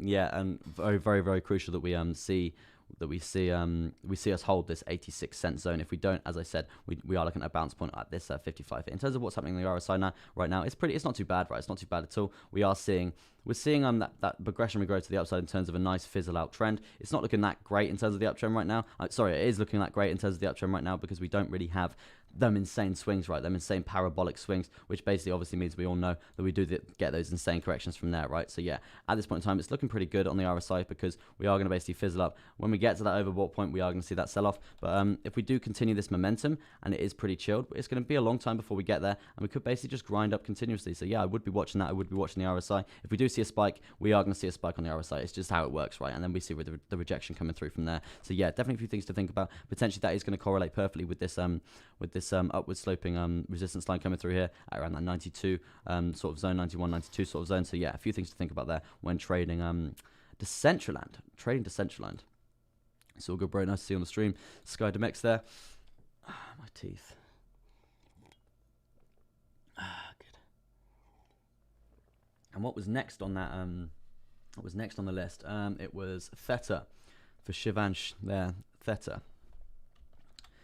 baby. And guys, I do this every single morning, Monday to Friday. So if you want to subscribe, that'd be great as well. That'd be great as well. And yeah, you're never going to miss one of my streams if you do subscribe there. As you can see here, we did have a long position play out pretty nicely for Theta here. Long position play out pretty nicely for Theta here. If you did get in that, you would have been looking at a measure move completion of around 20% there. So very, very good indeed. Very good indeed, I must say, in terms of a long position for that indeed, right? We were looking for that retest to come down to the downside, and we were looking for that progression to the upside from there. Very, very nice indeed. Everything's going off, yep. Very, very nice indeed in terms of progression to the upside there. In terms of what's happening now for Theta, we have actually just cleared this crucial lower high point that we were basically using as a heavy level of resistance, right? Heavy level of resistance, right? So definitely something to think about. Obviously this one here as well. And we have seen that progression to the upside. We have seen that progression to the upside. And now we're at that point, the crucial point where we've found a nice level of support there. So which is good. This is very good indeed. One of the first charts to actually smash through these zones here. Apart from obviously I think VeChain and no, Matic obviously did it when it first pumped to the moon. After that, basically massive retrace. Oh, this stupid guy's back. I just use that. Yeah, he's hidden. Yeah, sorry guys, that Richard guy is probably going to start spamming. He's got like 20 accounts. He just jumps on. Yeah, he's back again. Oh no, here we go. Yeah, he's going to probably start spamming. So apologies for on his behalf. Very annoying. And yeah, I might be thinking about getting a mod at 16 viewers, which is just unheard of on YouTube, right? But yeah, in terms of what's happening right now on Theta, it's looking pretty good indeed. High lows being set continuously. We've challenged these lower highs. We've smashed through. We found a nice level of support. We've got this 200 backing us up in terms of a level of support as well. Not a problem at all, Nilesh. I would be looking at a crucial point if we are going to lose this zone. We've got lovely support coming through. I can't stress that enough. Lovely support, crucial level here. If we were going to see that resistance, I think we would have seen that play out, right? So in order for a target to the upside here, we would be looking at coming up and testing this sort of consolidation zone. But yeah, do take into account we are currently testing this. Let me chuck a horizontal in there. Currently testing this pretty crucial bounce point, right? So ideally, we're not going to find resistance here. We're actually going to get on it and find support. If we do find that support, we are going to see history potentially repeat itself. That was wrong. History potentially repeat itself and see that progression reach to the upside like so. So yeah, that is an initiation that we are going to come up and test this sort of zone here for Theta at that $10.22. And I must say, it's very nice to see. It's nice to see an altcoin recovering so well, right? Very healthy indeed, smashing through lower highs. Not too bad at all. I would say for in a sense a daily target over the next probably two days, something along the lines of that. I would be looking at seeing that $10 Theta there would be nice indeed. But obviously, crucial point to watch is where we're at now, where we're currently testing. Ideal scenario would be that obviously we have seen this pretty big pump right for Theta. We have seen this pretty big pump, pretty big uptrend here. So ideal scenario, we would be looking at a consolidation period along this sort of zone here, consolidation period along this sort of zone, along this 200 as well, before looking for that next leg up. Because as I said, we don't want to see that parabolic run up, because if we see that run up, we are going to see that crash off obviously come from that. No volume on BTC yet. Yeah, I mean, to be honest, we have got pretty big resistance points coming through on BTC here, as you can see here. So yeah, a few things to think about. And yeah, it's kind of crazy this hasn't caused some insane volume. But yeah, we'll definitely take that into account when trading BTC. I'm going to do a little BTC update in a second there, because SkyDMX is a little bit late to the stream today, as I started a bit early for you guys. But yeah, so I will do a little BTC update for you there, SkyDMX, and for you, Rockat. Yeah, for Rockat as well. But yeah, so at this point in time, for Theta token, I would be looking at a target for that $10, right? $10 target there. If we can find a nice level of support on there, so I would be watching this $8, around that $9 sort of zone for a breakpoint to the upside. But as I said, it is healthy still if we have that sideways consolidation period here to look out for as well. And to be honest with you, on the RSI here, it is overextended right on terms of the 4 hourly here, so it is not looking too good. So we are potentially going to see some resistance. But as I said a minute ago, we do have heavy levels of support here to think about. Very heavy levels of support to think about here in terms of bounce points. But yeah, ideal scenario, as I said, would be that consolidation zone around here, giving the RSI a nice chance to basically fizzle out, come to central again, and then we could be looking at that nice wave up to the upside from there, right? So yeah, that's Theta. That's Theta. But oh yeah, on the 1 hour, we've just got over the volume weighted ATR band as well, which is very good, right? It's very good indeed, because if we can find a nice level of support on that, and we do actually trade above it, right? We do actually trade above it. Oh, no, that's the wrong thing. As you can see here, yeah, as you can see here, we did actually find a nice level of support here, and then we basically rode that wave up until we basically reclaimed it in the future, right? So yeah, definitely something to think about, as we have just kind of claimed that right now. We have just claimed that on the 1 hourly here, so we could be looking at coming down, having a retest, and seeing that progression to the upside again. Dude, this guy is so long. Iron, Mrs. Chester, they roofed. Such a spammer, bro. Go get yourself a life.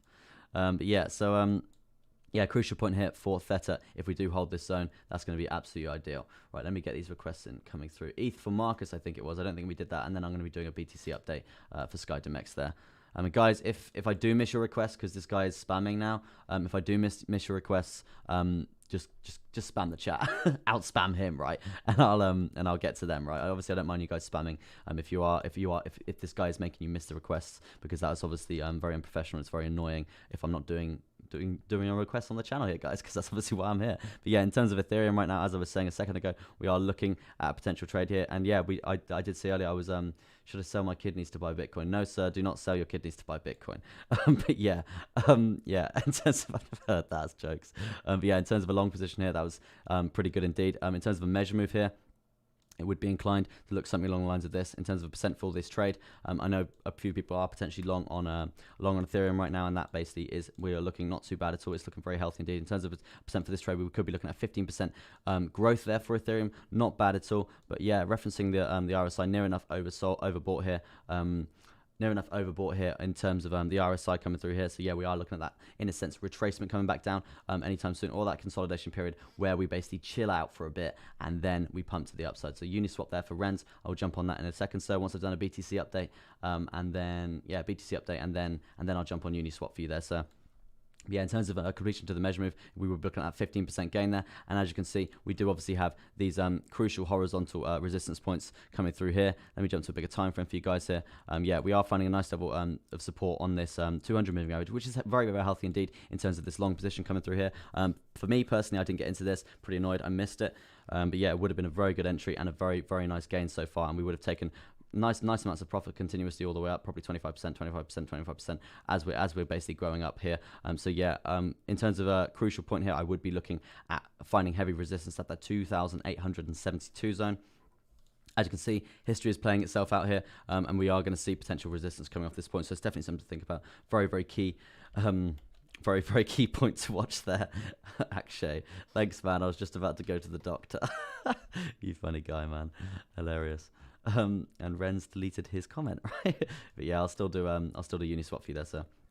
Yeah, in terms of a take profit point for this trade, I wouldn't be looking at a piece of that measure move. I would be looking at a 7% gain there. But yeah, in terms of target price for now, it would be this 2,872 zone to end this trade for me, if I was going to be in this trade. But yeah, if we are going to see that rejection, I wouldn't see it imminently. I would be watching the RSI here to see if we do get that overextended point, and then we're going to see that obviously rejection from there. But with that being said, we do have this 200 moving average, which is kind of holding us up as well. So ideal scenario, we need to get probably like 2 or 3 more 4-hourly candle closes above it. That's going to be the ideal scenario if we are going to be looking for that leg up for Ethereum. But yeah, in terms of what's happening actually, like in terms of higher lows and stuff, we've got some like nice higher lows coming through here, and we are smashing through these lower high points here, which is very, very good and very, very healthy indeed in terms of Ethereum, in terms of looking bullish on Ethereum, right? So yeah, definitely a few things to take into account there.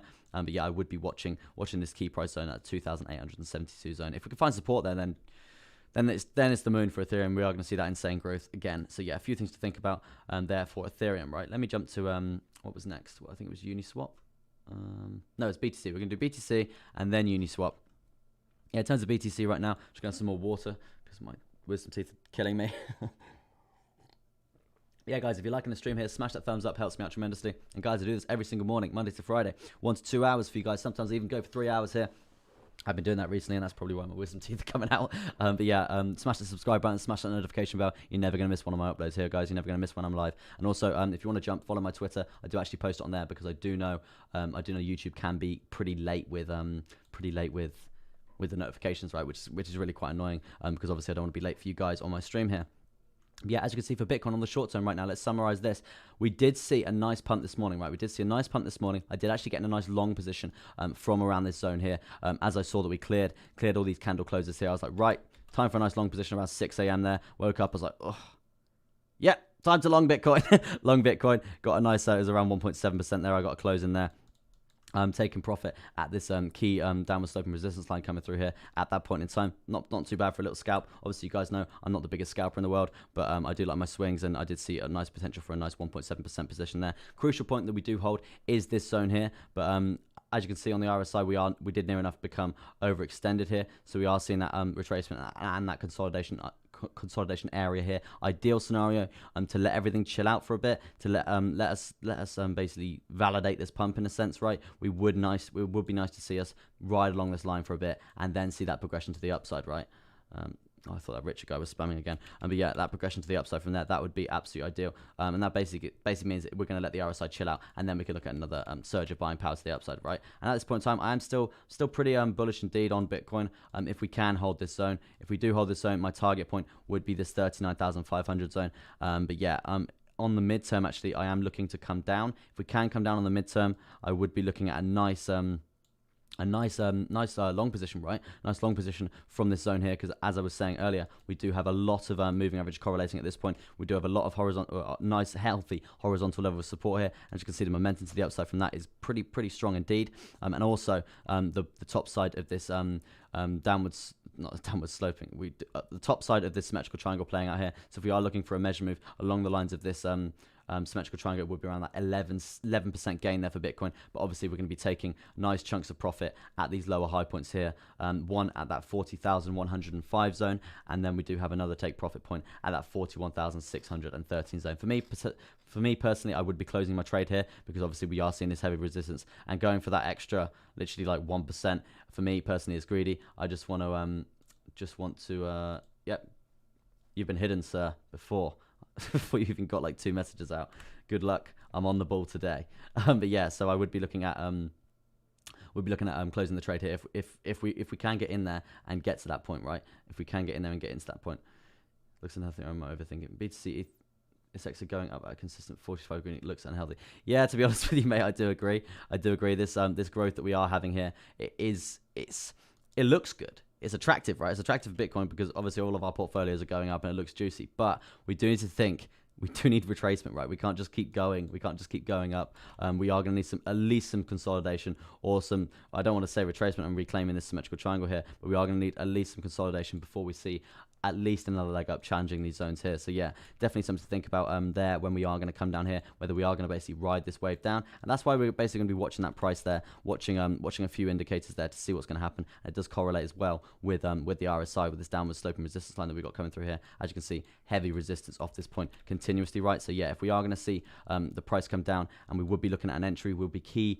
We would be looking at this basically this zone bouncing off this support line that we've got coming through here on the RSI. That's going to be a key entry point if we can get there, right? If we can get there, ideal. If not, we would be watching the zone to see if we are going to break to the downside. Jump to the short term right now for Bitcoin to summarize again on that. For Bitcoin right now. Obviously, we do have this upwards trend cycle coming through here, and we are seeing that, in a sense, potentially some resistance coming through here. But we are currently pretty far away from a bearish crossover here. So in terms of literally finding resistance here, finding this trend fizzle out, seeing that consolidation period along here, it's looking pretty likely, right? It's looking pretty likely. And obviously we do have this that's the wrong thing. We do have this obviously this downtrend cycle coming through here, and this heavy level of support, and also we do have a resistance point coming through here as well. So that's an indication that both the price the uptrends and the downtrends are going to be pretty fizzled out, right? It's going to be pretty fizzled out until we see a new cycle break, whether it's to the upside or whether it's to the downside. Hopefully it is to the upside. That's going to be ideal, and that's when we're going to be seeing that $40,000 Bitcoin. What's up with this Switcher guy? I don't know, man. It's really annoying. He's just a spammer, right? I think he's trying to promote this pink coin or something. But yeah, he was doing it on my brother's stream, and when my brother did the Bitcoin Beats raid onto my stream, he obviously came over, subscribed to me, and now he's just spamming on all my streams, which is really annoying. He's literally got like 20 accounts. Just sucks. But yeah, so what can you do? But yeah, in terms of Bitcoin right now, it would be crucial that we hold this zone. Target point, if we do find a nice level of support here, I would be looking at progression to the upside around that 39,600 zone. Stupid spam. I hate this, guys. Yeah, me too, man. It's just like pointless. Like I'm trying to get requests in for you guys here, and exactly as I'm thinking. Thanks. Fully understand if some buts, could, shoulds, lol. Yeah, exactly, bro. Exactly right. It's all speculation. And on Wolf of Wall Street, as they say, no one knows whether the stack's going to go up, down, side to side, or in circles. No one knows. It's a fugazi. It's a fugazi. It's not fucking real. All of that stuff there. But yeah, so yeah, it's all in speculation. We just chuck all the information into one, and hopefully we can get some sort of gauge and get some sort of nice trade position coming through from there. But yeah, the spammer guy is really annoying. He needs to get a life. Oh god, agony. But yeah, also let me jump to the long term for Bitcoin and summary there. We have actually broken to the top side of this descending triangle coming through here. And in terms of a measure move for that, it's looking like a few long positions are going to play out. But take into account, guys, if this is happening on a lot of charts here, and it's happening on all the Bitcoin charts here, a lot of people will be going long. And that's obviously a very key point. If the whales just want to go, time to dump it. They're just going to liquidate so many people, right? And they obviously love doing that, and trying to set liquidation records in a day, right? I've seen that happen quite a bit recently. So yeah, I wouldn't be surprised if that was to happen, right? But yeah, so in terms of a measure move for this point, it would be around that 10%, 10.3, around that sort of point there. But yeah, ideal take profit would be these would be this lower high zone that we've got coming through here in terms of resistance, as that does correlate with this 200 moving average and this 21 moving average as well. And obviously that does reference the position that is potentially lining up perfectly on the midterm as well. Yeah, so a few things to think about there in terms of Bitcoin. That's obviously the daily. Let me jump to the monthly here. In terms of monthly target for Bitcoin, I would like to see us basically take out this this previous lower high that we had coming through here, and that's sat at around that 40,900 zone. That's going to be ideal, right? That's going to be absolutely ideal. If we can see that progression to the upside, break through that, and actually test that 42,400 zone. Sounds like it's your brother's fault. Not quite, man, not quite. It's such a stupid Richard guy. But yeah, in terms of high lows being set, in terms of these this weekly candle that we're continuously setting here, it's not bad at all, as long as we don't see that dump to the downside and basically invalidate this higher low point coming through here, right? So yeah, not bad at all, as long as we don't lose that 34,200 zone. And if my memory is jogged correctly, we do have pretty big bounce points at around that 34,500 zone. So yeah, as long as we don't lose that sort of zone there, in terms of the weekly candles here, then it is looking like that trend for the weekly is looking pretty good indeed. I must say. But yeah, crucial point would be getting over this lower high point. As I say on a lot of the charts here, these lower high points here, we do need to basically just smash them out of the park if we are going to see that progression to the upside for Bitcoin there. But yeah, not looking bad at all at this point in time. Currently at 38,885. No, yeah, 38,854. 38,854 there. Looking for that progression to the upside. Looking at taking out this previous high in terms of this wick, in terms of this uptrend, right? That's looking not too bad at all indeed, right? Let me have a little look at what was next. I think it was.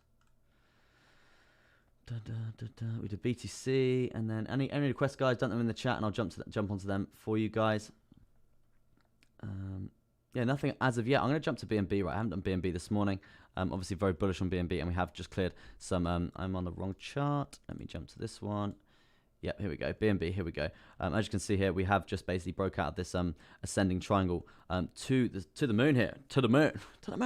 So this ascending triangle we have broke out here. Very, very nice indeed. We will be looking at a measure move, looking something along the lines of this if we are looking for a potential trade here. I wouldn't be in this yet because obviously obviously the returning people on the stream here, you do know that I will be getting the trade when I do get on this re-entry. I don't like to FOMO in when I see this massive parabolic upswing here. I'd like to get in when we see that confirmation and a retest of a potential horizontal support line coming through here. That's going to be the ideal scenario for an entry.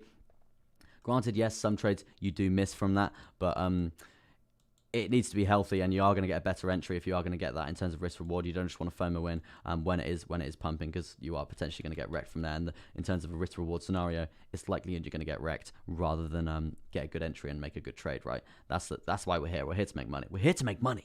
So yeah, that's exactly it, right? But yeah, in terms of a measure move to the upside, we would have been looking at long lines of something like that, and we do have the potential to still come down, test that zone, and that's when a potential long for me would be coming into fruition. In terms of a percent for that trade there, it is looking around a nice 17% trade there. And for me, in terms of fundamentals for BNB, pretty bullish indeed for the long term. I do think we've got a long way to go in terms of price action to the upside here. So yeah, I would take that into account here.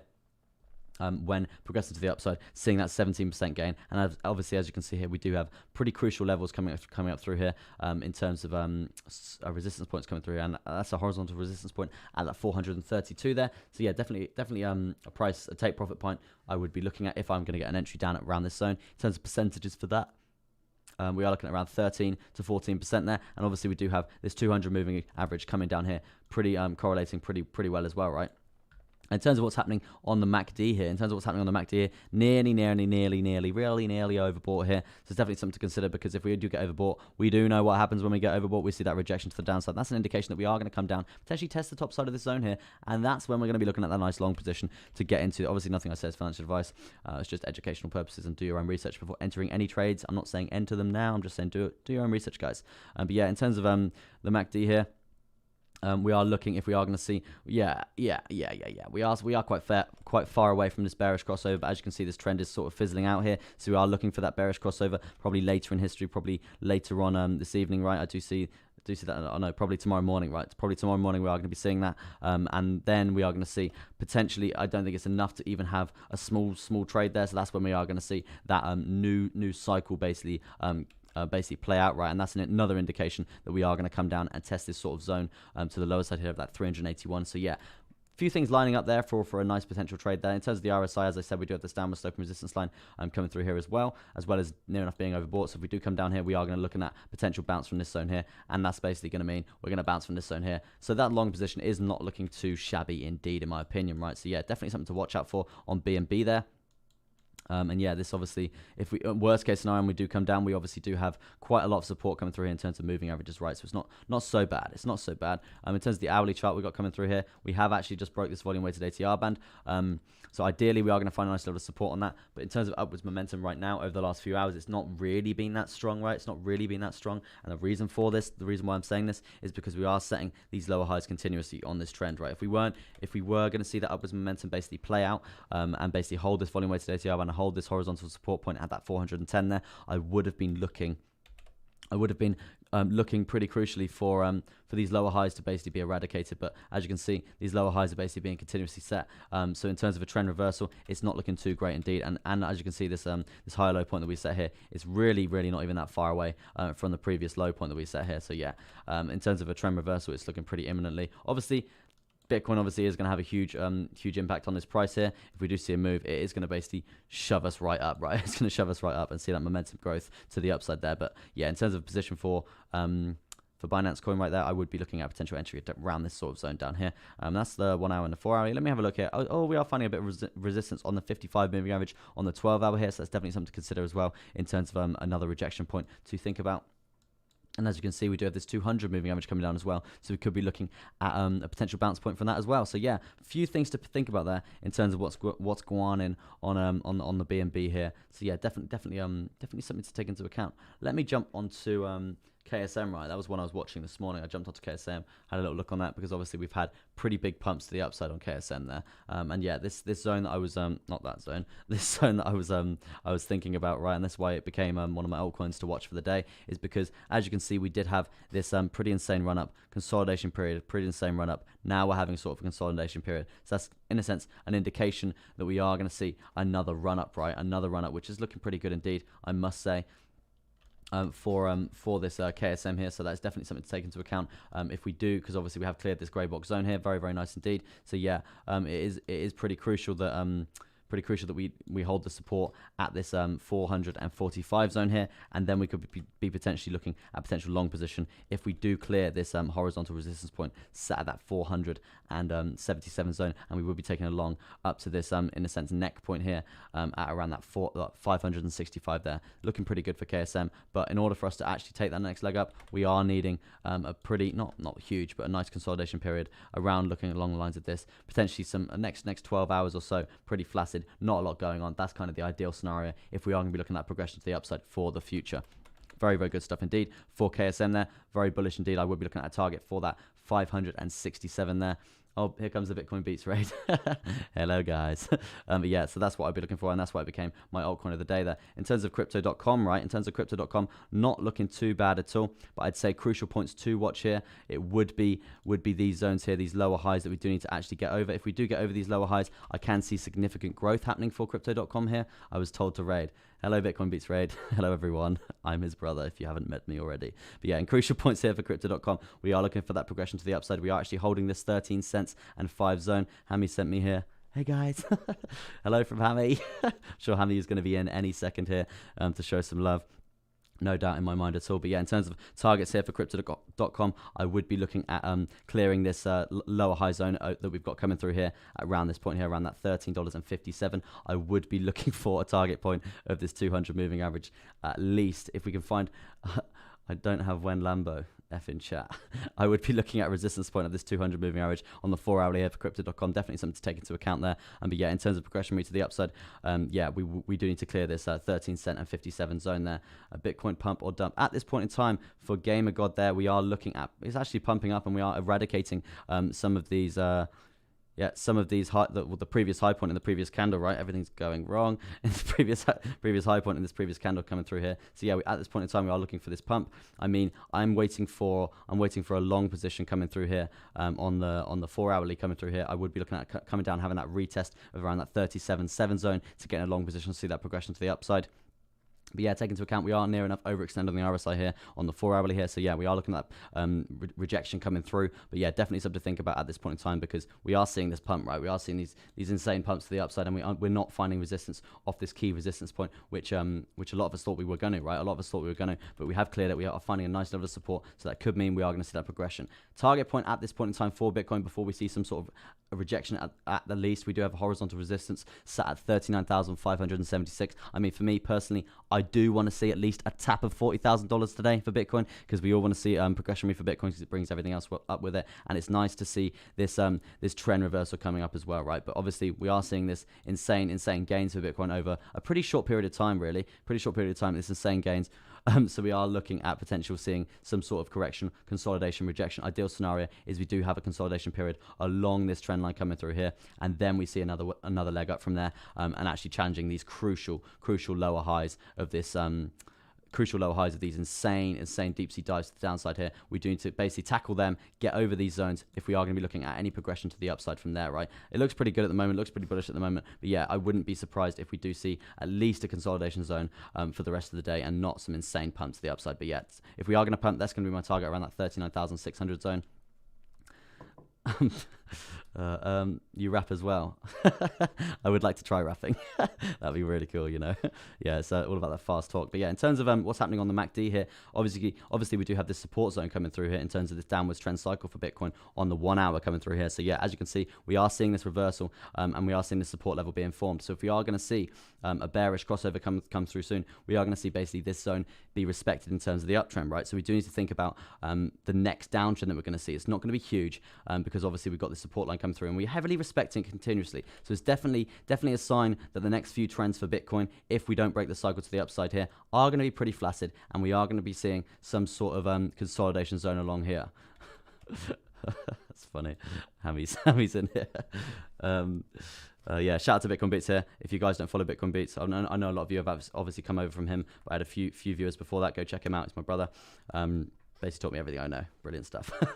But yeah, so at this point in time, it's not looking bad for Bitcoin, not looking bad at all, but I would be expecting some consolidation zone, not just insane pumps to the upside, because obviously we do need to, in a sense, validate this pump today, and have some consolidation before we see that next leg up. In terms of the long term right now for the weekly, we do need to eradicate this lower high if we are going to see us come up any higher, and that's what I've been stressing on a lot of the time frames there, and that is sat around that 40,000, around that 41,000 zone. So yeah, if we are going to see that progression to the upside, and we are going to see basically the momentum continue on the weekly chart here, and basically coming up and eradicating this zone here, and then that would be in a sense the next resistance point that we would be looking to break, and then we can talk about testing this bull market barrier once again at 43,000. But obviously we do have a few zones yet to get over, right? In terms of that. In terms of the daily right now, we are actually breaking to the upside in terms of this downward sloping says descending triangle coming through here. Sorry guys, pretty tired. We go for an hour and 38 minutes here.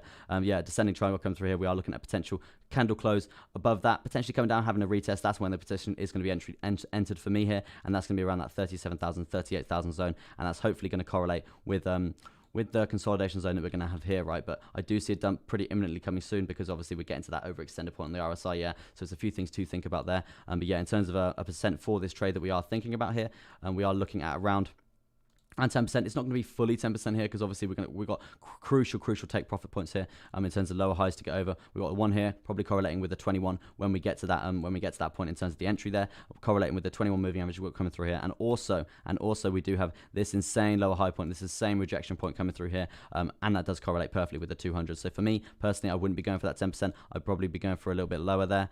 Let me get that up. I would be going for a bit lower there, probably around that point, around that 9.5%. Something to think about there for the daily chart for BTC there. But yeah, let me jump to any requests, guys. Jump them in the chat, and we'll get to them in a second. But yeah, that's kind of Bitcoin summed up for now.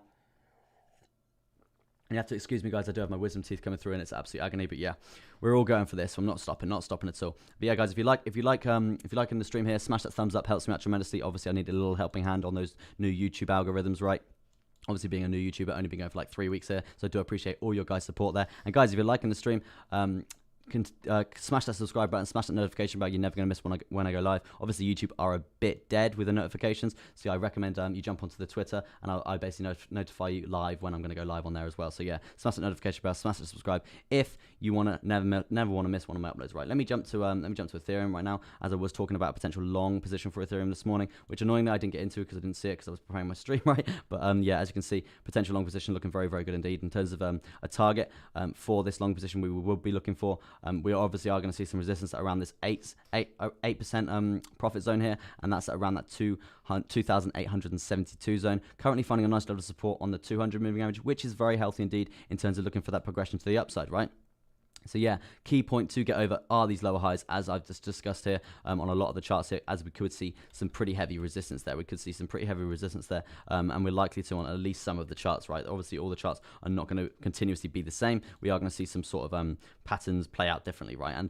And with what's happening now, we obviously are seeing a lot of symmetrical triangles playing out on a lot of the charts here. So we are likely to see a lot of traps coming through here and potential coming through here. But yeah, in terms of trades right now, that was a pretty juicy trade indeed for you guys who got into that. Well done for that on Ethereum there. But yeah, I would be looking at closing that trade at around this 2,872 zone. I mean, for me personally, if we can get above that zone, find a nice level of support, I would be looking at progression to the upside, because if you look at the strength of this this buying power that we've got coming through here, these higher lows just being set continuously, not any sign of them being broken at all, right? Not any sign of these high lows being broken at all, right? Very, very nice indeed. That progression is very, very strong, very nice indeed for Ethereum, right? So yeah, looking good indeed, but crucial point that we do get over is this 2,872 zone. In terms of the RSI right now, we're not quite overextended. We're getting there. Don't get me wrong, we're getting there on the 4 hour, but we still got a little bit of way to go, right? Ideal scenario, we get overextended once we've cleared this zone, and then we find a nice level of support here, and we consolidate along this zone, and we basically give the RSI a nice time to chill out, looking for that next leg up for Ethereum in the long run, right? And obviously that measure move that we played out here, looking for this zone here around that 10%, that's obviously a non-greedy measure move. A lot of other traders will be doing it like this, but for me in crypto, they're not going to play out like that. A lot of them, it's a lot more trappy, and it's all about greed, right? It's all about greed in terms of trade here. So we would be looking. Yep, sorry, I was up on the chat, right? Not very good indeed. But yeah, guys, appreciate all the support here, and it's nice to see some of you OGs back in the chat there. 88 entry, please. Unfortunately, I can't give you financial advice and give you trades, but I can jump to 88 and do a little TA for you there. But in terms of summing up Ethereum here, I would be looking for crucial point to get over that. And obviously, this is the greedy measure move, as I was just saying here. But yeah, so I don't expect that to essentially play out. But yeah, I wouldn't. That's why I do my measure moves here, because it's a lot more trappy doing those bigger measure moves like that, right? Let me jump to what was next. I don't want to put someone in here. I'm hitting the gym soon. Big Bitcoin bros wrapping the house, leaving Bitcoin for. Don't leave Bitcoin Beast and follow me. Follow him, watch him first, and then jump onto my stream afterwards. I would prefer that. I'm not here to take his viewers. I'm here to he's here to help me out with the algorithms, right? And I'm here to use the algorithms to get new people and show people crypto and come across some sort of educational point from that. Just need a backbeat. Yeah, I did actually. Mark on the chat earlier was basically saying, look, potential backbeat there. If you got a little bit of music, it would be like essentially like you're rapping, right? And that would be quite cool in terms of like show qualities. I think people would chill with that, right? Gamer guard, just relax, man. No, not quite, man. Let me just keep going. I like going fast. And does help me with the flow of stuff. And for me personally, I do have a little bit of like drum and bass, house music behind me. So I'm just there like, yep, continuously. Let's go. I like that style of it. And there's a lot of information to get across to you guys, right? A lot of information to get across to you guys, and there's a lot of altcoins, so it's very hard to get as many things going at once, and that's why I speak so fast when I'm doing it. But yeah, in terms of Cardano right now, we are looking at an ascending triangle to the upside, not looking too bad at all, but crucial point, as it is on most of the charts here, would be this $1.79 zone. If we can get a nice clearance above that, smashing through these lower high points here, I would be looking at a next target point of this $1.94 there. Hey man, appreciate your streams. Nice to see you here, Kong. Appreciate the comments, sir. Appreciate the compliments, but sir, yeah, thanks again for being here. I appreciate all your support, guys. If you like the stream, smash that thumbs up. Helps me out tremendously, right? In terms of a potential long position, we are looking here for ADA. Obviously, very bullish on ADA. If my OGs on the stream know this, can you show how you and Hammy learn trading? Insane self-discipline and time. Insane self-discipline and time, and that's how we learn trading.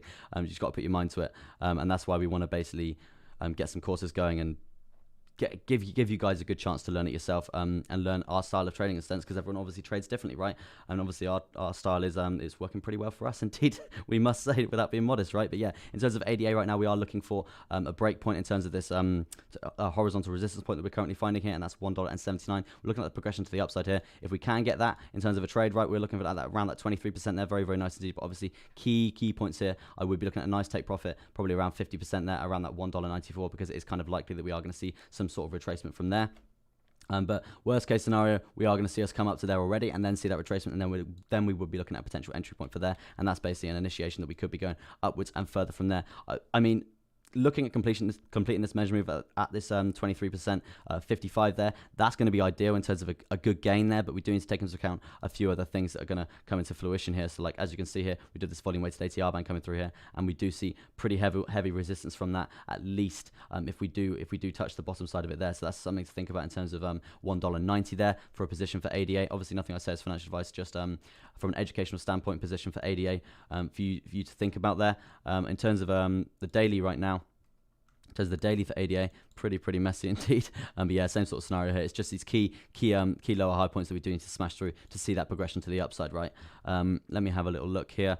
For that 4 hourly, yeah, I did want to reference the RSI here, because we do have this downward sloping resistance line coming through on the RSI, and we do know when we touch this sort of zone here, we are looking at that progression to the downside, right? So it's definitely something to consider if we are going to get up to this point, and that's basically a signification that we are going to see some sort of rejection point when we do get to that zone there. One, because we're near enough going to go overbought, and two, we've seen the mirroring pattern coming through on the RSI here in terms of this downward sloping resistance line, so it's likely that we are going to see some rejection here. So if you are going to be trading the RSI here, I would be watching this zone here, because if we come up here when you're looking at getting into an entry for a long position, you're likely to get wrecked if we do see that downwards selling power coming through there, right? Yeah, so definitely something to think about when trading ADA there.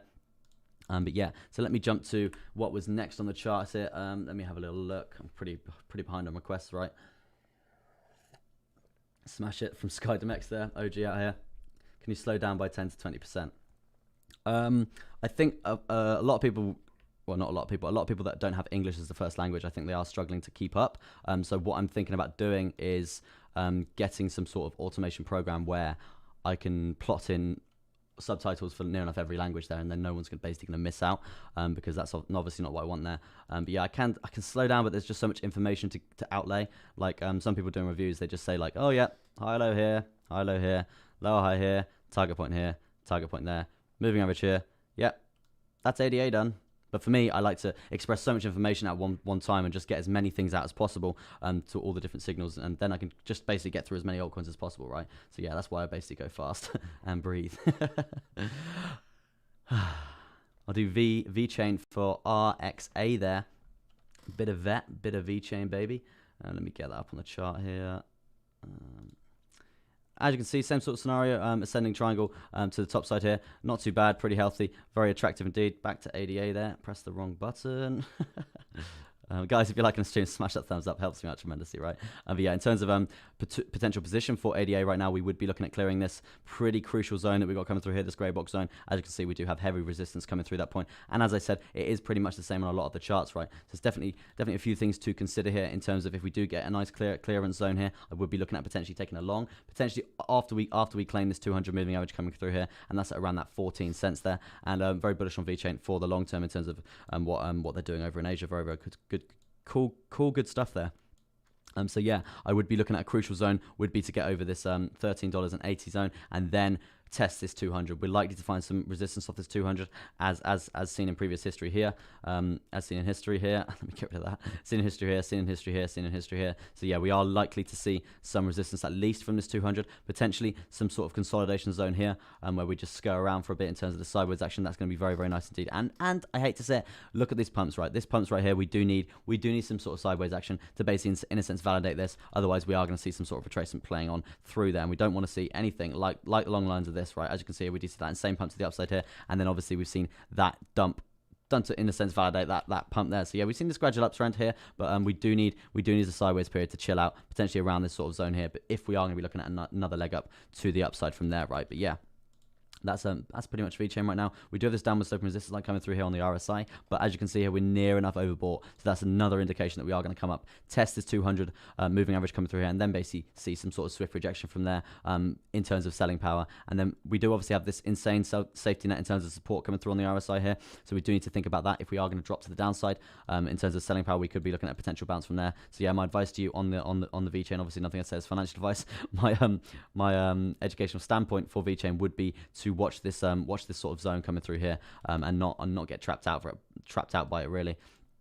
And yeah, so that's pretty much V-chain right now in terms of targets. I would be looking at getting through that zone. Worst case scenario, if we do see that resistance, I would say the next target point would be this high low point that we've got coming through here, and that does correlate with a lot of the old moving averages coming through here. Likelihood we are going to find a nice level of support on the 55, as we usually do, right? As we usually do find a nice level of support on the 55 here. So yeah, I would be looking at a potential bounce point from there if we are going to see the rejection of the resistance playing through this grey box zone coming through here. Yeah.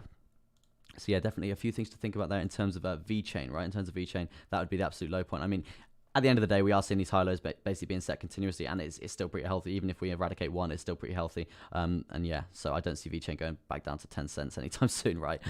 So yeah, that's pretty much V-chain summed up. Let me look and keep going through the chat here. That's for RDX. Let me do a bit of Doge here. I mean, to be honest with you, Doge, I do not like it. I do not like it. I like trading it, but the fact it's so easily manipulated, it does annoy me. If a currency can be manipulated literally like this, just through one tweet, then something's wrong, right? Something's wrong there, and it's not looking good. Granted, Elon is trying to do some technology stuff with it, and if he can get something sorted in terms of the technology and in terms of a proper actual use for it, then yeah, I would be more bullish on it. But at this point in time, it's not for me in terms of hodling and all that sort of stuff there. But for trading, the trade patterns do plan out pretty good, and that's why a part of me does think it does get manipulated quite a bit here. As you can see here, we do have this descending triangle coming through here. And look, you see the greedy measure move to the upside here? Greedy measure move to the upside, looking something along the lines of this. Played out, right? And we know in crypto, it's pretty rare for these greedy measure moves to play out, because we usually do measure moves to the shorter chart patterns, basically have more chance of basically completing the measure moves here, because obviously crypto is very, very trappy indeed. So yeah, do think it is pretty manipulated there. Whether it's, I don't think it's Elon manipulating himself. I don't think he'd be that stupid. But yeah, for Doge right now, I would be looking at, you need to validate this pump, right? You need to validate this pump, and that's basically what you're doing now. You're seeing this consolidation period. Ideally, you want to consolidate for a bit longer. But if you do see that dump to the downside, you do have this 200 moving average come through here on the 4-hourly time frame, and also this 55 coming up as well. And if you do get a nice little cross from that, pretty golden cross to the upside, and that could basically mean you are looking at a progression to the upside from there. But listen, all we know with this is if we get one Elon tweet again, we are going to see us come up to this 60 cent zone, and that's around that volume weighted ATR band as well, right? And if Elon did want to make this, well, it's obviously pretty high up in terms of the top 10 here in terms of Doge right now. In terms of the top 10 cryptocurrencies right now, in terms of Doge, we are looking pretty high up. It is 6th. I remember, I think it did actually get to 4th in terms of market cap and stuff. So yeah, if Elon did want to make this in a sense like second, he would just keep tweeting. And if that is going to happen in terms of when we're through this bear market and stuff, if we are going into this bear market, who knows at this point in time, that's something that could potentially play out there. But yeah, in terms of Elon manipulating it, be careful, guys. Just be careful, yeah. But in terms of targets, I would be looking at holding the line of where we are now and not falling below that 41 cent zone. If you do fall below the 41 cent zone, I would be looking at that 38 cent zone, right? But yeah, in terms of the RSI right now, we are overextended in terms of buying power, so we are looking at some sort of retracement, and that is basically an indication that we are going to basically come down to this 38 zone. But yeah, as I said, pretty easily manipulated, so if we do see that, we are likely to see a pump up from there, right? Let me jump back to spam relax. Oh, God. I'm not doing SHIB. SHIB just goes down. SHIB just goes down. Yeah, don't buy SHIB, in my opinion. You're going to lose money, right? You're going to lose money. Safe Moon, I could do a bit of Safe Moon, I guess. Is it safe or is it Moon? think it's probably moon. Nope, don't have that. Shows how much I've looked at it before. Yeah, did Doge there. XRP, I'm gonna do for the King's Coming. And guys, I am gonna go for a 5-minute break in a minute, just because I've drunk too much water and I give my wisdom teeth a break. Right, I've got all 4 wisdom teeth coming through at the same time, so I'm in pretty much a lot of agony here, but I'm not gonna stop streaming for you guys. 1, I love it, and 2, it's literally my job now, right, in terms of trading as well. So yeah, love what's going on here, and I love all the support, guys. Got 32 people watching, amazing stuff. So yeah, guys, if you are enjoying the stream here, smash that thumbs up button. Helps me out tremendously, right? Obviously, new YouTuber on the block. Only been here like nearly 3 weeks now, so I do need that little helping hand in those YouTube algorithms, because it is pretty hard to penetrate, and I was streaming to literally nobody for like a week, right? So yeah, it does mean a lot, you guys all being here, right?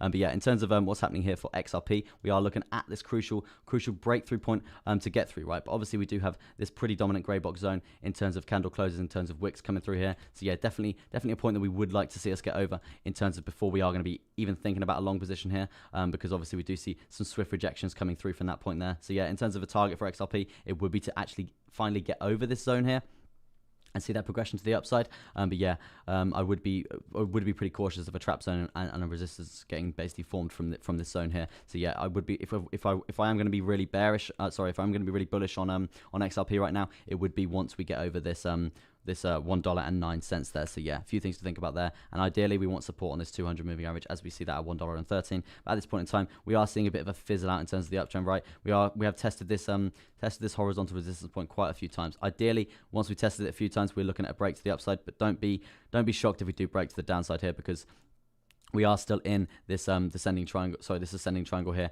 and we haven't seen that momentum really grow over the last few days or so, right? We haven't really seen that momentum grow, and obviously referencing Bitcoin, and we have seen that insane pump for Bitcoin right there. We didn't see a lot going on for XRP, right? We didn't see a lot going on for XRP, which is an initiation that is moving. Its behavior is kind of abnormal to the Bitcoin dominance market coming through here. So yeah, I would be inclined to see us potentially come down, test this 55 again at around that 99 cent there. I know for a fact if we do lose $1, we are going to see a little bit of selling power to the downside there, because that usually happens when we cross pretty big milestones like the $1, $2, $1.50, that sort of stuff there, just out of natural human response, right? But yeah, absolute low point here. It would be this the bottom side of this ascending triangle come through here, around that 94, 95 there. Potentially, if we do see an insane dump to the downside, it could potentially correlate perfectly with this horizontal resistance point at around that 93. But for me personally, I don't think we're going to dump off a cliff right away. I think we are going to see some sort of consolidation period here. Just looking at the chart, just looking at the moving averages here, and as you can see here on the RSI here, we do have a downward sloping resistance line, which is currently going to be acting as support if we do come down and test it. If we do come down and test it, it's an indication that we are going to have some selling power coming through here.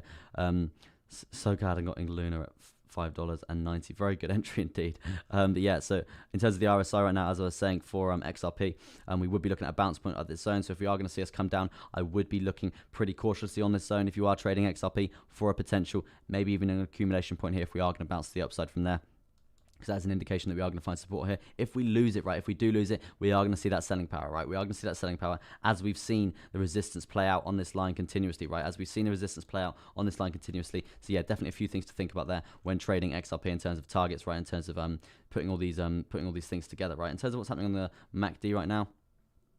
In terms of MACD right now, we do have this downwards trend with cycle point coming through here. So we do know if we do see well, we've just seen this bearish crossover come through, but as you can see, these moving averages are pretty far away. Sorry, these moving averages are pretty close together, so it is likely we are going to see another bullish crossover happening pretty imminently. But we do have a nice resistance point here, so we know that uptrend isn't going to be too huge, and that's when we are going to potentially see some resistance again from this sort of zone here. So yeah, a few things to think about there with XRP there. Let me have some water, and then I'm going to jump to what's next.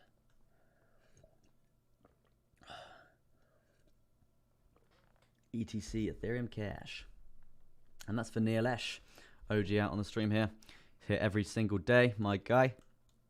Yeah, I'm actually just going to jump for a quick break, and then I will be back to do Ethereum Cash for you there, Nilesh. But yeah, guys, if you like the stream, smash that thumbs up, and I'll be back shortly indeed, guys. Thank you very much indeed. I've got to stop saying indeed.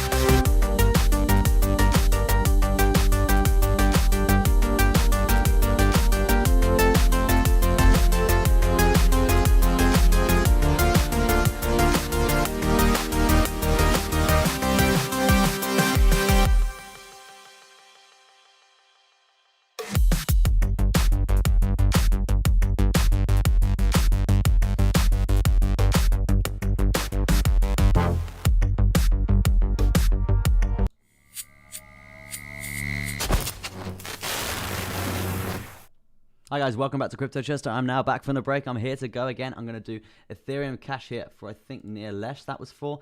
And then, yeah, Ethereum Cash for near Lesh there. And then I see a lot of people requesting Luna here. So I just need to, apparently it just went parabolic. So I definitely need to jump on that into a sec for you guys there. Let me jump onto it now quickly actually.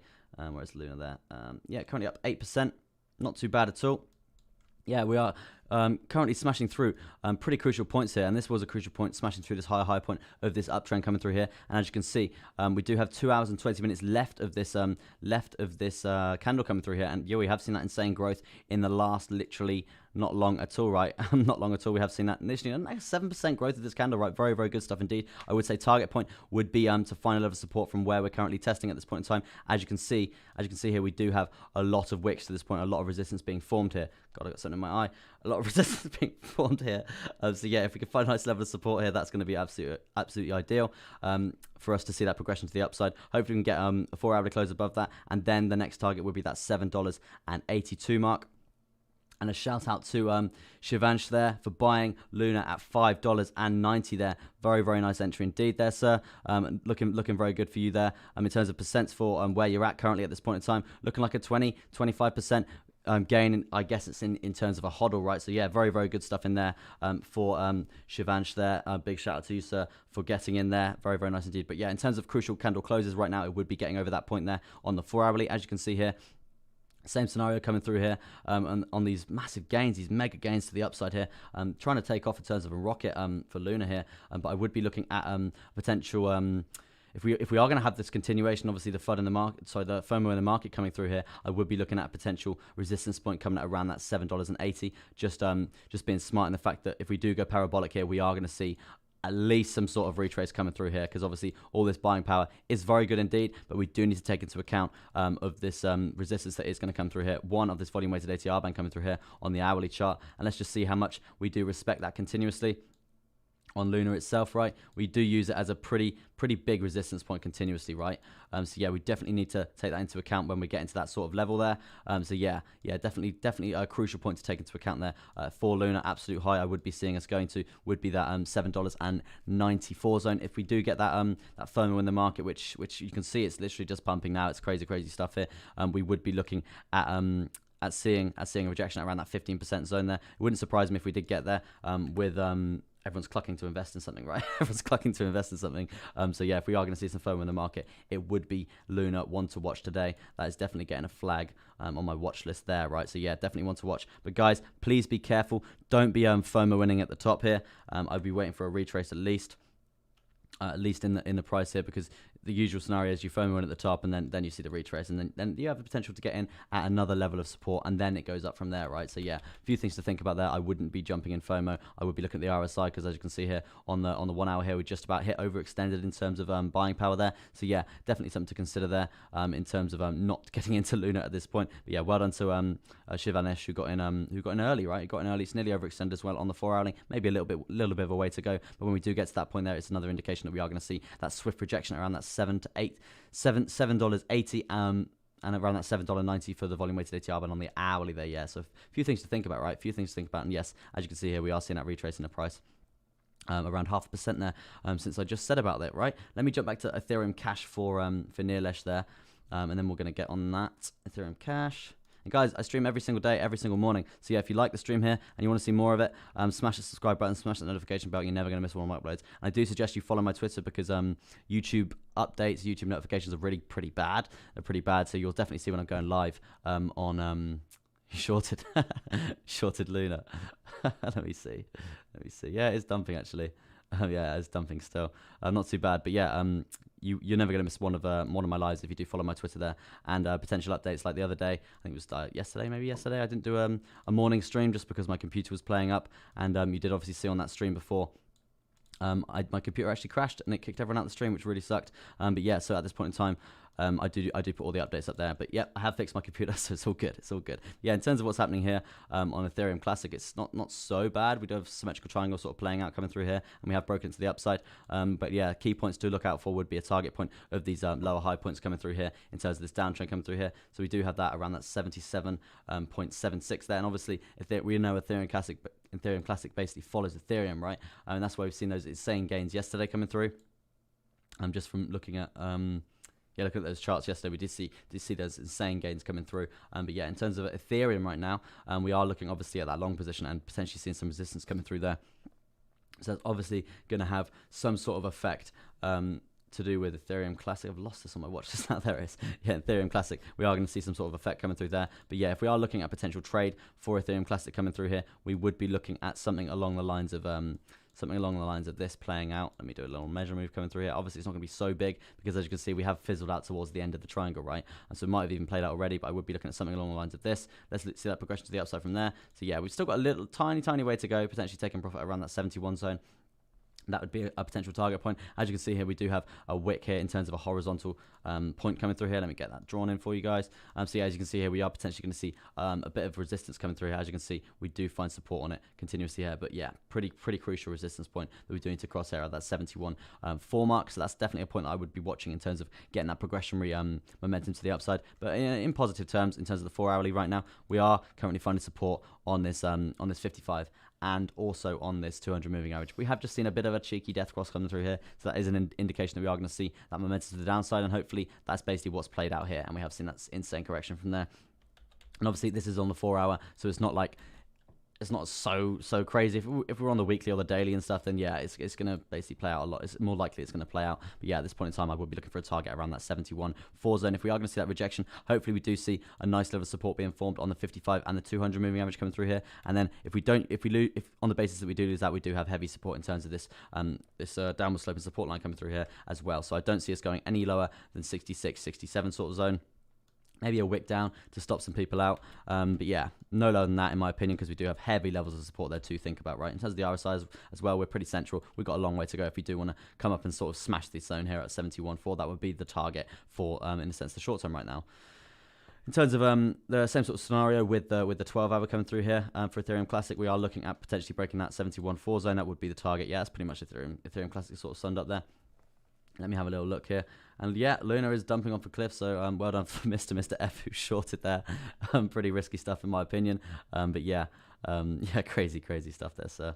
But yeah, we have actually come back down. And if we do lose this horizontal support point at this $7.32 there, I would be seeing us basically progress down to the downside from there, and that's basically going to act as like a sort of a correction for this pump. But no, we are finding support on it, and we are bouncing to the upside once again there. And yeah, we just jumped on literally 1% as I was talking there, so crazy stuff. And guys, if you've got any requests, smash them in the chat there. In terms of how long I'm going to be going on this live stream today, I am going to be going for 2.5 hours, so we've got around 20 minutes left to keep going. From there, so yeah, I'm going to do, I think it was Matic next for Simon there. I think I saw you on the stream before there, Simon. So yeah, thanks again for returning, sir. Very nice to see you back. And yeah, let's have a look at Matic right now. As I read this morning, actually, I did read the ADA pumping, is it? Let's have a little look at that quickly. Yeah, very nice it is indeed. And yeah, crossing that crucial point. So yeah, potential trade position if we do see a candle close above this whole market is green. Yes, sir, it is. That's what we like. The Bulls are doing their bull run. I think it's in Rome today. They're doing a bull run. They're not, but they should be. But yeah, so the Bulls are here. The Bulls are here beating up the Bears. So yeah, it's good stuff going on. In terms of ADA pump right now, we're not looking bad at all. It has gone up quite significantly, clearing these crucial resistance points. But yeah, target points for the next points of resistance would be this zone here at that $1.94.95 there. So yeah, definitely a point to watch. If we do close this candle above this zone here, we would be looking at potentially holding it and finding support there. That's going to be ideal. And then we could be looking at retest, potential entry coming through. Obviously looking at all the price action and looking at the resistance we're going to get off this downward sloping resistance line on the RSI here, because that's obviously going to have an factor there. That's going to be obviously a factor of what we're going to do and whether we are going to be getting into this long position coming up here. In terms of a percent for that trade there, we are looking at around a 23% trade there. But yeah, as I said before, I would be taking quite a bit of profit at these continuous lower high points here, because we do know the resistance we see off that insane pumps recently in the whole of the market, right? So we do need at least some sort of retracement coming through. Otherwise, we're going to see some insane dump like obviously we saw here, and that was obviously a massive correction of all the mad pumps we saw over the last few months, right? So yeah, a few things to take into account there when trading ADA, especially this RSI. If I could advise on anything, obviously nothing I say is financial advice, it's just my opinions from an educational standpoint, or what I think could happen, right? Let me jump to what was next. It was Matic for Simon. Sorry, Simon, got a little sidetrack there. Let me have a look at Matic. As I was saying earlier, it is pretty stagnant, right? It's pretty stagnant here for Matic. Not a lot going on in my opinion, right? Not a lot going on. Let me clear some of these lines up, right? Not a lot going on. It is pretty stagnant, but we do know Matic, right? We do know Matic, and we've seen these insane pumps for Matic, and Matic was one of the only altcoins, right? Oh, apparently my stream is buffering, guys. I don't know if you're finding it's going bad, but YouTube is telling me there's an error, and my stream is buffering. So let me know if you're finding the stream bad here, guys, and I'll see if I can sort something out in terms of connection. Have you heard about Bonfire? I did hear something brief about Bonfire, but I haven't done any TA on it, I don't think. But yeah, is the stream holding up nice, guys? Is that okay? YouTube are really throwing loads of alerts at me right now. Not good. I'll just keep going for now. But yeah, Matic, in terms of a target price point, we would be looking at that $2.03 there to basically come up, get a nice touch on. That's going to be the ideal scenario there. And basically, if we do get a nice touch on there, if we do find an ideal scenario, we'll be looking at finding support on that $2 mark. But to be honest with you, we've seen obviously we've seen Matic recover insanely. We've seen Matic recover insanely from this crypto crash that we had here, right? So it's not bad what we're doing here. You might think, oh, I'm used to Matic going up like crazy, right? Yes, it's behaving abnormally compared to everything else. It's only up near enough 2% for the day when everything else is up on average probably 5, 6, 7%. Froze for a bit, glitched for a second, but all good now. Oh, that's good to see. Thanks guys for jumping in and letting me know that. But as you can see for Matic here, it's pretty sideways stuff, and that's, as I was saying, it's not bad. It's not bad at all. Thanks again, Kane, Neelesh, and E.K there. Thank you for your insight into my stream there. So yeah, YouTube was literally just chucking alerts at all my screens. It's crazy stuff, like I was being hacked or something. But yeah, as you can see here, the sideways period for Matic, it's not bad. It's not bad. It's a consolidation period. It's letting it chill out for a bit. This is what we need if we are going to be looking for another leg up for the future. But we know a lot of people are bullish on Matic. As you can see, it was one of the only altcoins here that really did actually recover from this crash, and did actually near enough set some new all-time highs there, which is absolutely crazy in terms of buying momentum from there. And I'm sure a lot of you guys saw that a few weeks back. So a lot of people are still bullish on Matic in terms of the long haul. But we do need this consolidation period. Otherwise, we are going to see some insane sort of crash from this insane pump there. Looking at that correction around this point here. So you are looking at the consolidation, and then we're looking at a pump from there, potentially coming up, testing these new all-time highs in the future, right? In terms of what's happening right now, I would be looking at pretty much staying stagnant just for now, because this is healthy in a sense, right? This is healthy in a sense, right? So we do need this to basically play out pretty well. If it's not going to, then we are going to see the progression to the upside. And this would be the target point of resistance at that $2.03 there. Definitely a point to think about. If we are going to lose the 55 on the 4-hourly here for Matic, then I would be looking at a bounce point of around this zone sort of here where we're wicking to. And then as you can see here, we are seeing some pretty sideways channel action playing out, right? Some pretty sideways channel action playing out here. So if we are going to draw some sort of channel here, it's going to look along the lines of this. So we're looking at something along the lines of this, right? And I said ideally, when I was doing a TA on Matic earlier, right, we would be looking at potential measure move to the upside, right? Potential measure move to the upside, obviously depending on where the trend is going to play out in terms of the previous uptrend and where we were actually going to break to the upside here. But yeah, we will be looking at measurement to the upside. I said ideal scenario, we go sideways for a considerable amount of time for this week, and then we break along with finding support, along with this downward slope and resistance line coming here, and then we could be looking at a measurement to the upside here, and that does actually correlate pretty well with this sort of zone coming through here. So yeah, that'd be the ideal scenario for Matic in my opinion, to basically have a sideways week and then a break to the upside. In terms of percent for that break to the upside, we would be looking, it says 9% there, let me redo that for you, because the measurement might have changed. Yeah, around 9%, just over 9% there. Is China hacking your TA? I would not be surprised. Would not be surprised. But yeah, so yeah, this would be a potential measure move to the upside for Matic. Worst case, potential measure move to the downside for Matic. I don't see us basically getting any lower than this this lower high point. Sorry, this higher low point coming down here. But yeah, that would be the next point of support we would be looking at if we were looking to bounce from there. And yeah, it does look like we are going to, in a sense, correlate perfectly with that if we do dump to the downside as well. So yeah, in terms of what I would be watching for Matic, obviously it is sideways at this point in time. I would be watching for a break to the downside of this channel or a break to the upside of this channel, and then potentially looking at some sort of position coming through from there, right? Yeah, in terms of the RSI for Matic right now, we do have this downward slope and resistance line coming through. So we are looking at resistance coming from this point if we are to see that surge in the price there. But yeah, the more we consolidate, the more chilled out we get. But unfortunately, the lower that this downward slope and resistance line will get. So if we do have a consolidation period up until around the 8th of June, around that point there, then we do see a break, find support on there, find support on this downward slope and resistance line currently. Come out the channel, look for that measurement. There's a lot more factors saying in this point here that we are going to actually progress to the upside, right? So it's definitely something to think about when trading Matic there. Let me jump to what was next. We dumped to ADA quickly because it was pumping. ADA is at 5% at this point in time. Froze for a bit, all good. Glitch. Yeah, not too bad at all. 15 minutes left on the stream there, guys.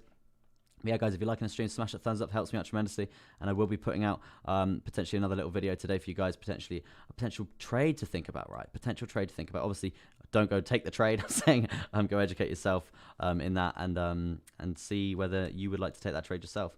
But yeah, let me have a look at. Let me have a little look at. Atom. Yeah, I was intrigued by Atom this morning in terms of the parabolicness of the pump, right? Intrigued by Atom this morning because obviously you've seen these insane gains, right? You've seen these insane gains coming up in terms of this uptrend, right? I didn't predict this coming through for Atom, right? It was pretty unheard of in terms of all of the other altcoins that are pumping. This is actually currently up 11.72% there in terms of what trading view is saying for the daily, I do believe. So yeah, we are actually finding resistance off this $16.94 zone. That would be crucial. These two crucial horizontal resistance points. That is crucial. We actually break them. So in terms of targets to the upside right now, it would be around that $16.90 zone to $17.30 zone. That's where I'd be initially looking for a nice support point to break to the upside there. And then potentially find a nice level of support on this 200 moving average as well, right? If we can get that, then we will be looking at another leg up to the upside. And that's going to be ideal, right? But take into account, right? You need to take into account this insane pump, right? This insane pump has basically means we're looking at either a long consolidation period or a dump back down to this 55 and 21 moving average coming through here. That's like the healthy scenario, right? If we do have this continuation of this parabolicness to the upside here, when we hit this volume weighted ATR band coming through here, we are going to see some insane sort of rejection. That's not going to be very good at all for anyone involved, right? But yeah, so at this point in time, we are looking at a consolidation period, hopefully along this zone here, and then we're looking at a nice break to the upside from there, right? So yeah, crucial point to watch would be this zone here. But don't be shy to the fact that we could dump off this $16.90 mark, because obviously we have seen these insane pumps and we could see that correction, but a bounce point would be this 55 moving edge at that $14 there. I'm just going to jump to link there for Shivansh. I don't know if I'm saying it right. I keep trying to say it and I keep saying it differently. Shivansh, yeah, I think that's right. But yeah, let me jump to link for you, sir, and we'll get to that. I'm just going to have some more H2O out here. Oh, that's good. Very, very nice indeed. As you can see here for Link, not too bad, not too good. Crucial point here, we have just eradicated this lower high that we had here on this previous trend, right? We didn't quite eradicate this one when we came up previously. And that's why we set this lower high here, and that's why we have seen that retracement coming through here. But yeah, at this point in time, we have actually just eradicated this one, which is good. It basically means that we're looking at coming up to test this zone here. So the next test zone would be around this $32.65. Yes, it does seem really, really close and not a long way away. But we could still see heavy resistance from that point, as shown here, right? As shown here and as shown here, right? So we could still see heavy resistance from that point. But yeah, if we are going to see that, the next high-low point that we would need to be catching would be this zone here. And yes, that does correlate pretty well with I just got rid of the moving average. Yeah, with the moving averages coming through here as well, especially this 21 moving average coming up as well. So we do look like we are going to have a nice bit of catch point in terms of support here, and also we do have this horizontal support point around that $30.73 mark, right? So yeah, a few things to think about there with Link in terms of target prices. And let me bring that WOD machine back up. But yeah, if we are going to see that progression to the upside, if we are going to smash through the target of this $32.58, I would be looking at a nice strong test of this 200 SMA coming through here. Ideally, if we can find support on that, the next point of assessment, in a sense, would be this $34.65 zone there. If we can get over that, that's going to be absolutely ideal. It's gonna be absolutely ideal if we can get a nice level of support over that, because that basically eradicates this lower high point. But as you can see at this moment, we have eradicated this lower high point, so it is looking very, very bullish indeed, in my opinion, to at least see up this 200. But yeah, I would be crucially watching for the short term, this $32.65 zone. In terms of what's happening on the RSI right now, that downward sloping resistance line is pretty much non-existent, because if we are going to get down to that zone, we're going to be oversold anyway, right? So yeah, that's pretty much non-existent right now. But yeah, not not really overbought, not really oversold. We're pretty central in a sense, right? We're pretty central in a sense, so we do have that in a sense that room to progress to the upside, right? For Link, there we do have the room to progress to the upside. So yeah, definitely something to consider when trading Link at this point here. Few downswing points would be this 55 in terms of a bounce point there. But yeah, I do see us actually coming up and testing this 200. Best case, we break this $34.65 zone. That's going to basically be ideal for Link in terms of taking the next leg up from there. But yeah, that's pretty much Link right now. Goodness me. Oh, got me yawning. But yeah, pretty crucial point that we're actually breaking right now is this horizontal currently support actually at this $32. So yeah, if we can get above that, that would be the target at the top side here. And it's quite interesting actually because this volume weighted ATR band actually correlates perfectly with this zone here. So yeah, it would be looking like we're potentially going to find a bit of resistance off that point there and potentially see a correction in the price, right? But in order to get to that, we are going to see a pretty big surge in the price if it is going to be imminently. So yeah, take that into account. We are going to see some rejection coming down from that. Definitely a few things to think about there with Link, right? And let me jump to I've got 9 minutes left, so I'm gonna do a TA on Bitcoin quickly. Just summarize with Bitcoin, and then basically I'm gonna end the stream today, guys. But yeah, thank you all for being here, and I will do that rounding off bit once I've done Bitcoin. Oh, and yes, my wisdom teeth are burning, absolutely burning. I've all 4 coming through at the same time. Not good at all, right? Not good at all. So yeah, absolute agony every single morning, but I don't stop for you guys. I'm not going to stop. But yeah, right now, it's pretty crucial. Go back to Matic, lol. What's happening with Matic, bro? Oh, it's pumping now, is it? Brilliant stuff. Pumping now. But yeah, as I said before, we do have this channel coming through here, right? Oh, that's the wrong one. Yeah, we do have this. It's all gone down. This channel coming through here, right? So yeah, I would be looking at a bounce point to the downside of around this $1.94 mark, right? But yeah, as you can see, it's just bounced after I said that we're looking for that sideways action, right? Probably finding a nice level of support on the lower side of this channel. But yeah, as explained before, we do have quite heavy points of support and resistance to the top side and the bottom side of this channel, and it's nice to have this, in a sense, cool off period here for Matic after these insane pumps, right? But yeah, let me jump back to no wonder it didn't show up. I was on the wrong chart, right? Yeah, let me jump back to Bitcoin here. As you can see, we are still pumping for Bitcoin, which isn't bad, right? It's not bad at all because obviously pumping for Bitcoin means pumping for all altcoins, right? Very good stuff indeed. And as you can see here, we are actually we did come down. We tested this this downward sloping resistance line coming through here, currently acting as a lovely level of support from this zone here. If we were to lose that, I would be seeing heavy resistance in terms of history to the downside here. So yeah, definitely a few things to take into account. If we do see that rejection period, we are likely to see a potential rejection period from this horizontal resistance point at 39,500. Ideally, for me personally, I do want Bitcoin to hit that 40k today. That would be really nice to see. Just out of curiosity to see if it can get there. Yeah, I would be curious to see. But yeah, don't be naive to the fact that we have seen this insane pump. Right, we did see this insane pump. I did actually make 1.7% from this clearance point to here. Very nice little scalp trade this morning from 6 a.m. So yeah, I would be looking at some sort of a consolidation period here, and that would be like the most healthy sort of scenario, right? Because obviously here on the RSI here, we are actually overextended, so we are looking at that correctionary sell-off point coming back there. So yeah, a few things to take into account here for Bitcoin. Ideally, we do want to come back down. We do want to come back down and test this sort of zone here, and that does correlate quite nicely with a potential trade coming through on the midterm here, right? Potential trade coming through on the midterm here. No, that's the wrong thing. Yeah, potential trade coming through on the midterm here, and that would be around this 37,800 sort of zone. If we do come back down and we do see a nice test there, I will be watching the RSI very closely if we are going to hold the support on this downward sloping support line coming through. And as you can see, we do primarily respect it in terms of resistance, right? Not quite support, but in terms of resistance, we do primarily respect it. So if we are to lose it, we are likely to see the chart pattern play out, and we are likely to see a dump from there, right? So yeah, I would definitely take that into account when trading Bitcoin, and all of this bullishness this morning, this insane price gains this morning. It's definitely potentially could be trappy, and it's a few things to definitely think about. Definitely a few things to think about when trading Bitcoin, right? Yeah.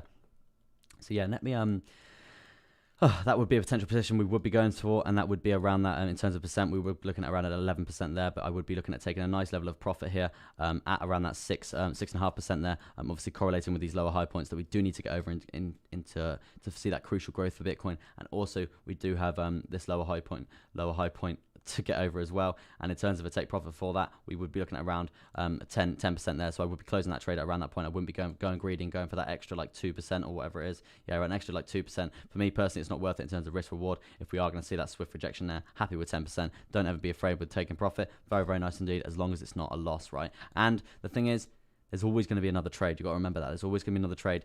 So yeah, if you get out of something, I've got out of something before and then it's pumped 50%. Very annoying. But you think to yourself, look, I made profit. Yes, I could have made 10 times more profit, but you still made profit. It's not a loss, and there's always going to be another trade, as I was just saying there, right? But yeah, that's basically the midterm summed up for Bitcoin there. Now let me have a look at the long term, right? The long term for Bitcoin right now, we have actually just broken to the top side of this descending triangle we've got coming through here in terms of a measure move for that. We would be looking at something along the lines of this, and that does actually correlate pretty well with some of these major moving averages we've got coming through here as well. Like we got this 21 coming down here, and also this 200 moving average coming down as well. And obviously, we are going to find a nice level of resistance off that point here. And as you can see, last time we did actually test that on the daily candles here on the long term, we did see that insane resistance to the downside, right? So I would not rule that out in terms of a potential dump coming through for the 200 moving average. I would see at least some sort of retracement in the price there before smashing through it. Indeed, and as you can see, this uptrend that we've been part of for quite a while now, and we are seeing quite a lot of action in terms of the upside. So we do need at least some sort of consolidation, some sort of correction period coming through here for this to even be healthy, right? For this to even be healthy at all, right? But yeah, absolute bottom point for me for the daily would be this volume weighted ATR band, and if we do get down to this point around the 30k. Oh God, I will be taking a big long from there. I will be taking a big long from that 30k zone. And as you can see, if we did that before, basically plots it out perfectly, this volume weighted ATR band, and see that progression to the upside from there. So yeah, I would be looking at putting in a limit order from there if we were to see some insane panic sell-off coming through, right? I don't think it's going to happen anytime today. As you can see, we are just pumping. We have just claimed 39,000 again, looking for that 40k coming up very nicely. But we do have this horizontal resistance point on the short term here for Bitcoin sat at that 39,600. So yeah, definitely a few things to think about in terms of resistance at that point. And also, as I was saying a second ago, the RSI is looking pretty overextended on the short term here. So we do need to think about that as well. And back to the MACD quickly, the MACD on the short term, right? As you can see here, we do have these two pretty dominant cycles, right? One to the upside here and one to the downside here. In terms of the downside cycle, we do have a lot of support being formed along this trend line coming through here, right? So it's an indication that we are fizzling off in terms of downtrends coming through here. And in terms of an uptrend right now, it's not looking so hot unless we break to the top side of this trend cycle coming through here. In terms of buying power, that's when I would be looking for potential higher high point to be set on the MACD here. That's when we are going to see an insane surge in the price before some sort of rejection. But on the positive side, if we are to see that bearish crossover coming through here, we're not likely to see it be so big, right? We're not likely to see it be huge because we do have this dominant level of support coming down here for us to, in a sense, respect, right? So yeah, if we do see that bearish crossover come through on the MACD, we're likely to be a pretty flaccid, pretty fizzled out trend there before seeing that correction. But ideal scenario for us right now, obviously we've seen this in the same pub, and obviously a lot of people want to see Bitcoin just to keep going up. But yeah, see you tomorrow, Shivanash. See you tomorrow morning, bright and early, sir. And thanks for showing love and supporting the stream, right? And guys, I do this every single morning. So yeah, if you want to hit the subscribe button, hit the notification bell, you're never going to miss one of my uploads. I do suggest you follow my Twitter because YouTube are pretty slow at notifying people. And yeah, I will be basically posting my live on there every single day. Goddamn day. But yeah, in terms of a fizzled out trend here for the downtrend for Bitcoin, it would be looking at, we are going to find a nice level of support here. So ideal scenario, the ideal scenario right now, obviously we have seen this pump. We do want this consolidation period, right? We need a consolidation period, nice sideways action to basically chill us out, chill the markets out, chill the volatileness coming through here, and then we can see some news cycles coming through to maybe to the upside or to the downside on the MACD for the hourly chart here. So yeah, a few things to think about there. Let's jump to the MACD on the midterm quickly here. Keep safe, you too, sir. And the tricky, all the COVID times out here, all that stuff going on here. Yeah, as you can see here, we do have obviously this trend cycle coming through here as well. But yeah, so I wouldn't be surprised if we did actually break this and we did see the top side of this trend cycle coming through here from these higher highs here. So yeah, that would be a significant gain right there. And as you can see, we're pumping up. We're in at 39,200 with 39,200 claimed on the 4 hourly here for Bitcoin. Yeah, but yeah, if we are going to see that rejection, this correlating as well, it's not going to be as big in terms of a downtrend, right? So yeah, definitely something to think about in terms of finding that level of support. And right now in terms of Bitcoin, it's looking pretty good, right? It's looking pretty good in terms of that buying power to the upside, in terms of everyone being those bulls.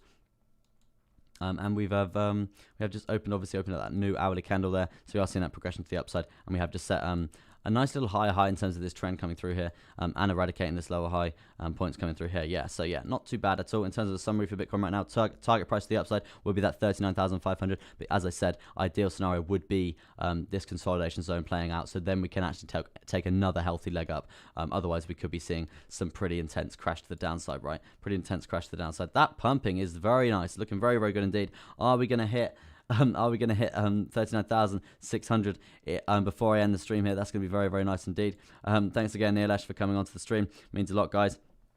And yeah, I probably am going to round off the stream here. We are pumping, right? I'm going to watch this for a second, right, live with you guys. Is there anything you guys are going to be trading today that you've got an extra little insight that I can actually have a little look on for myself, right? Anything, just chuck them in the chat and I'll have a look if you think that I haven't seen them yet, right? Because primarily I do trade the top 50 cryptos, because I do hodl a few of the other ones, but I do like to primarily trade the top 50 because it limits how many charts you actually have to look at, because there's just so many altcoin charts, right? And you can't get through them all, right? But yeah. Yeah, I am going to end the stream here, guys. We are seeing a bit of flaccid stuff happening with Bitcoin here, and as I said, we are going to come to that overextended point in terms of the RSI here. So yeah, and we do need to think about that as well in terms of rejection of the price happening pretty imminently, right? But yeah, guys, thanks again for tuning into the stream.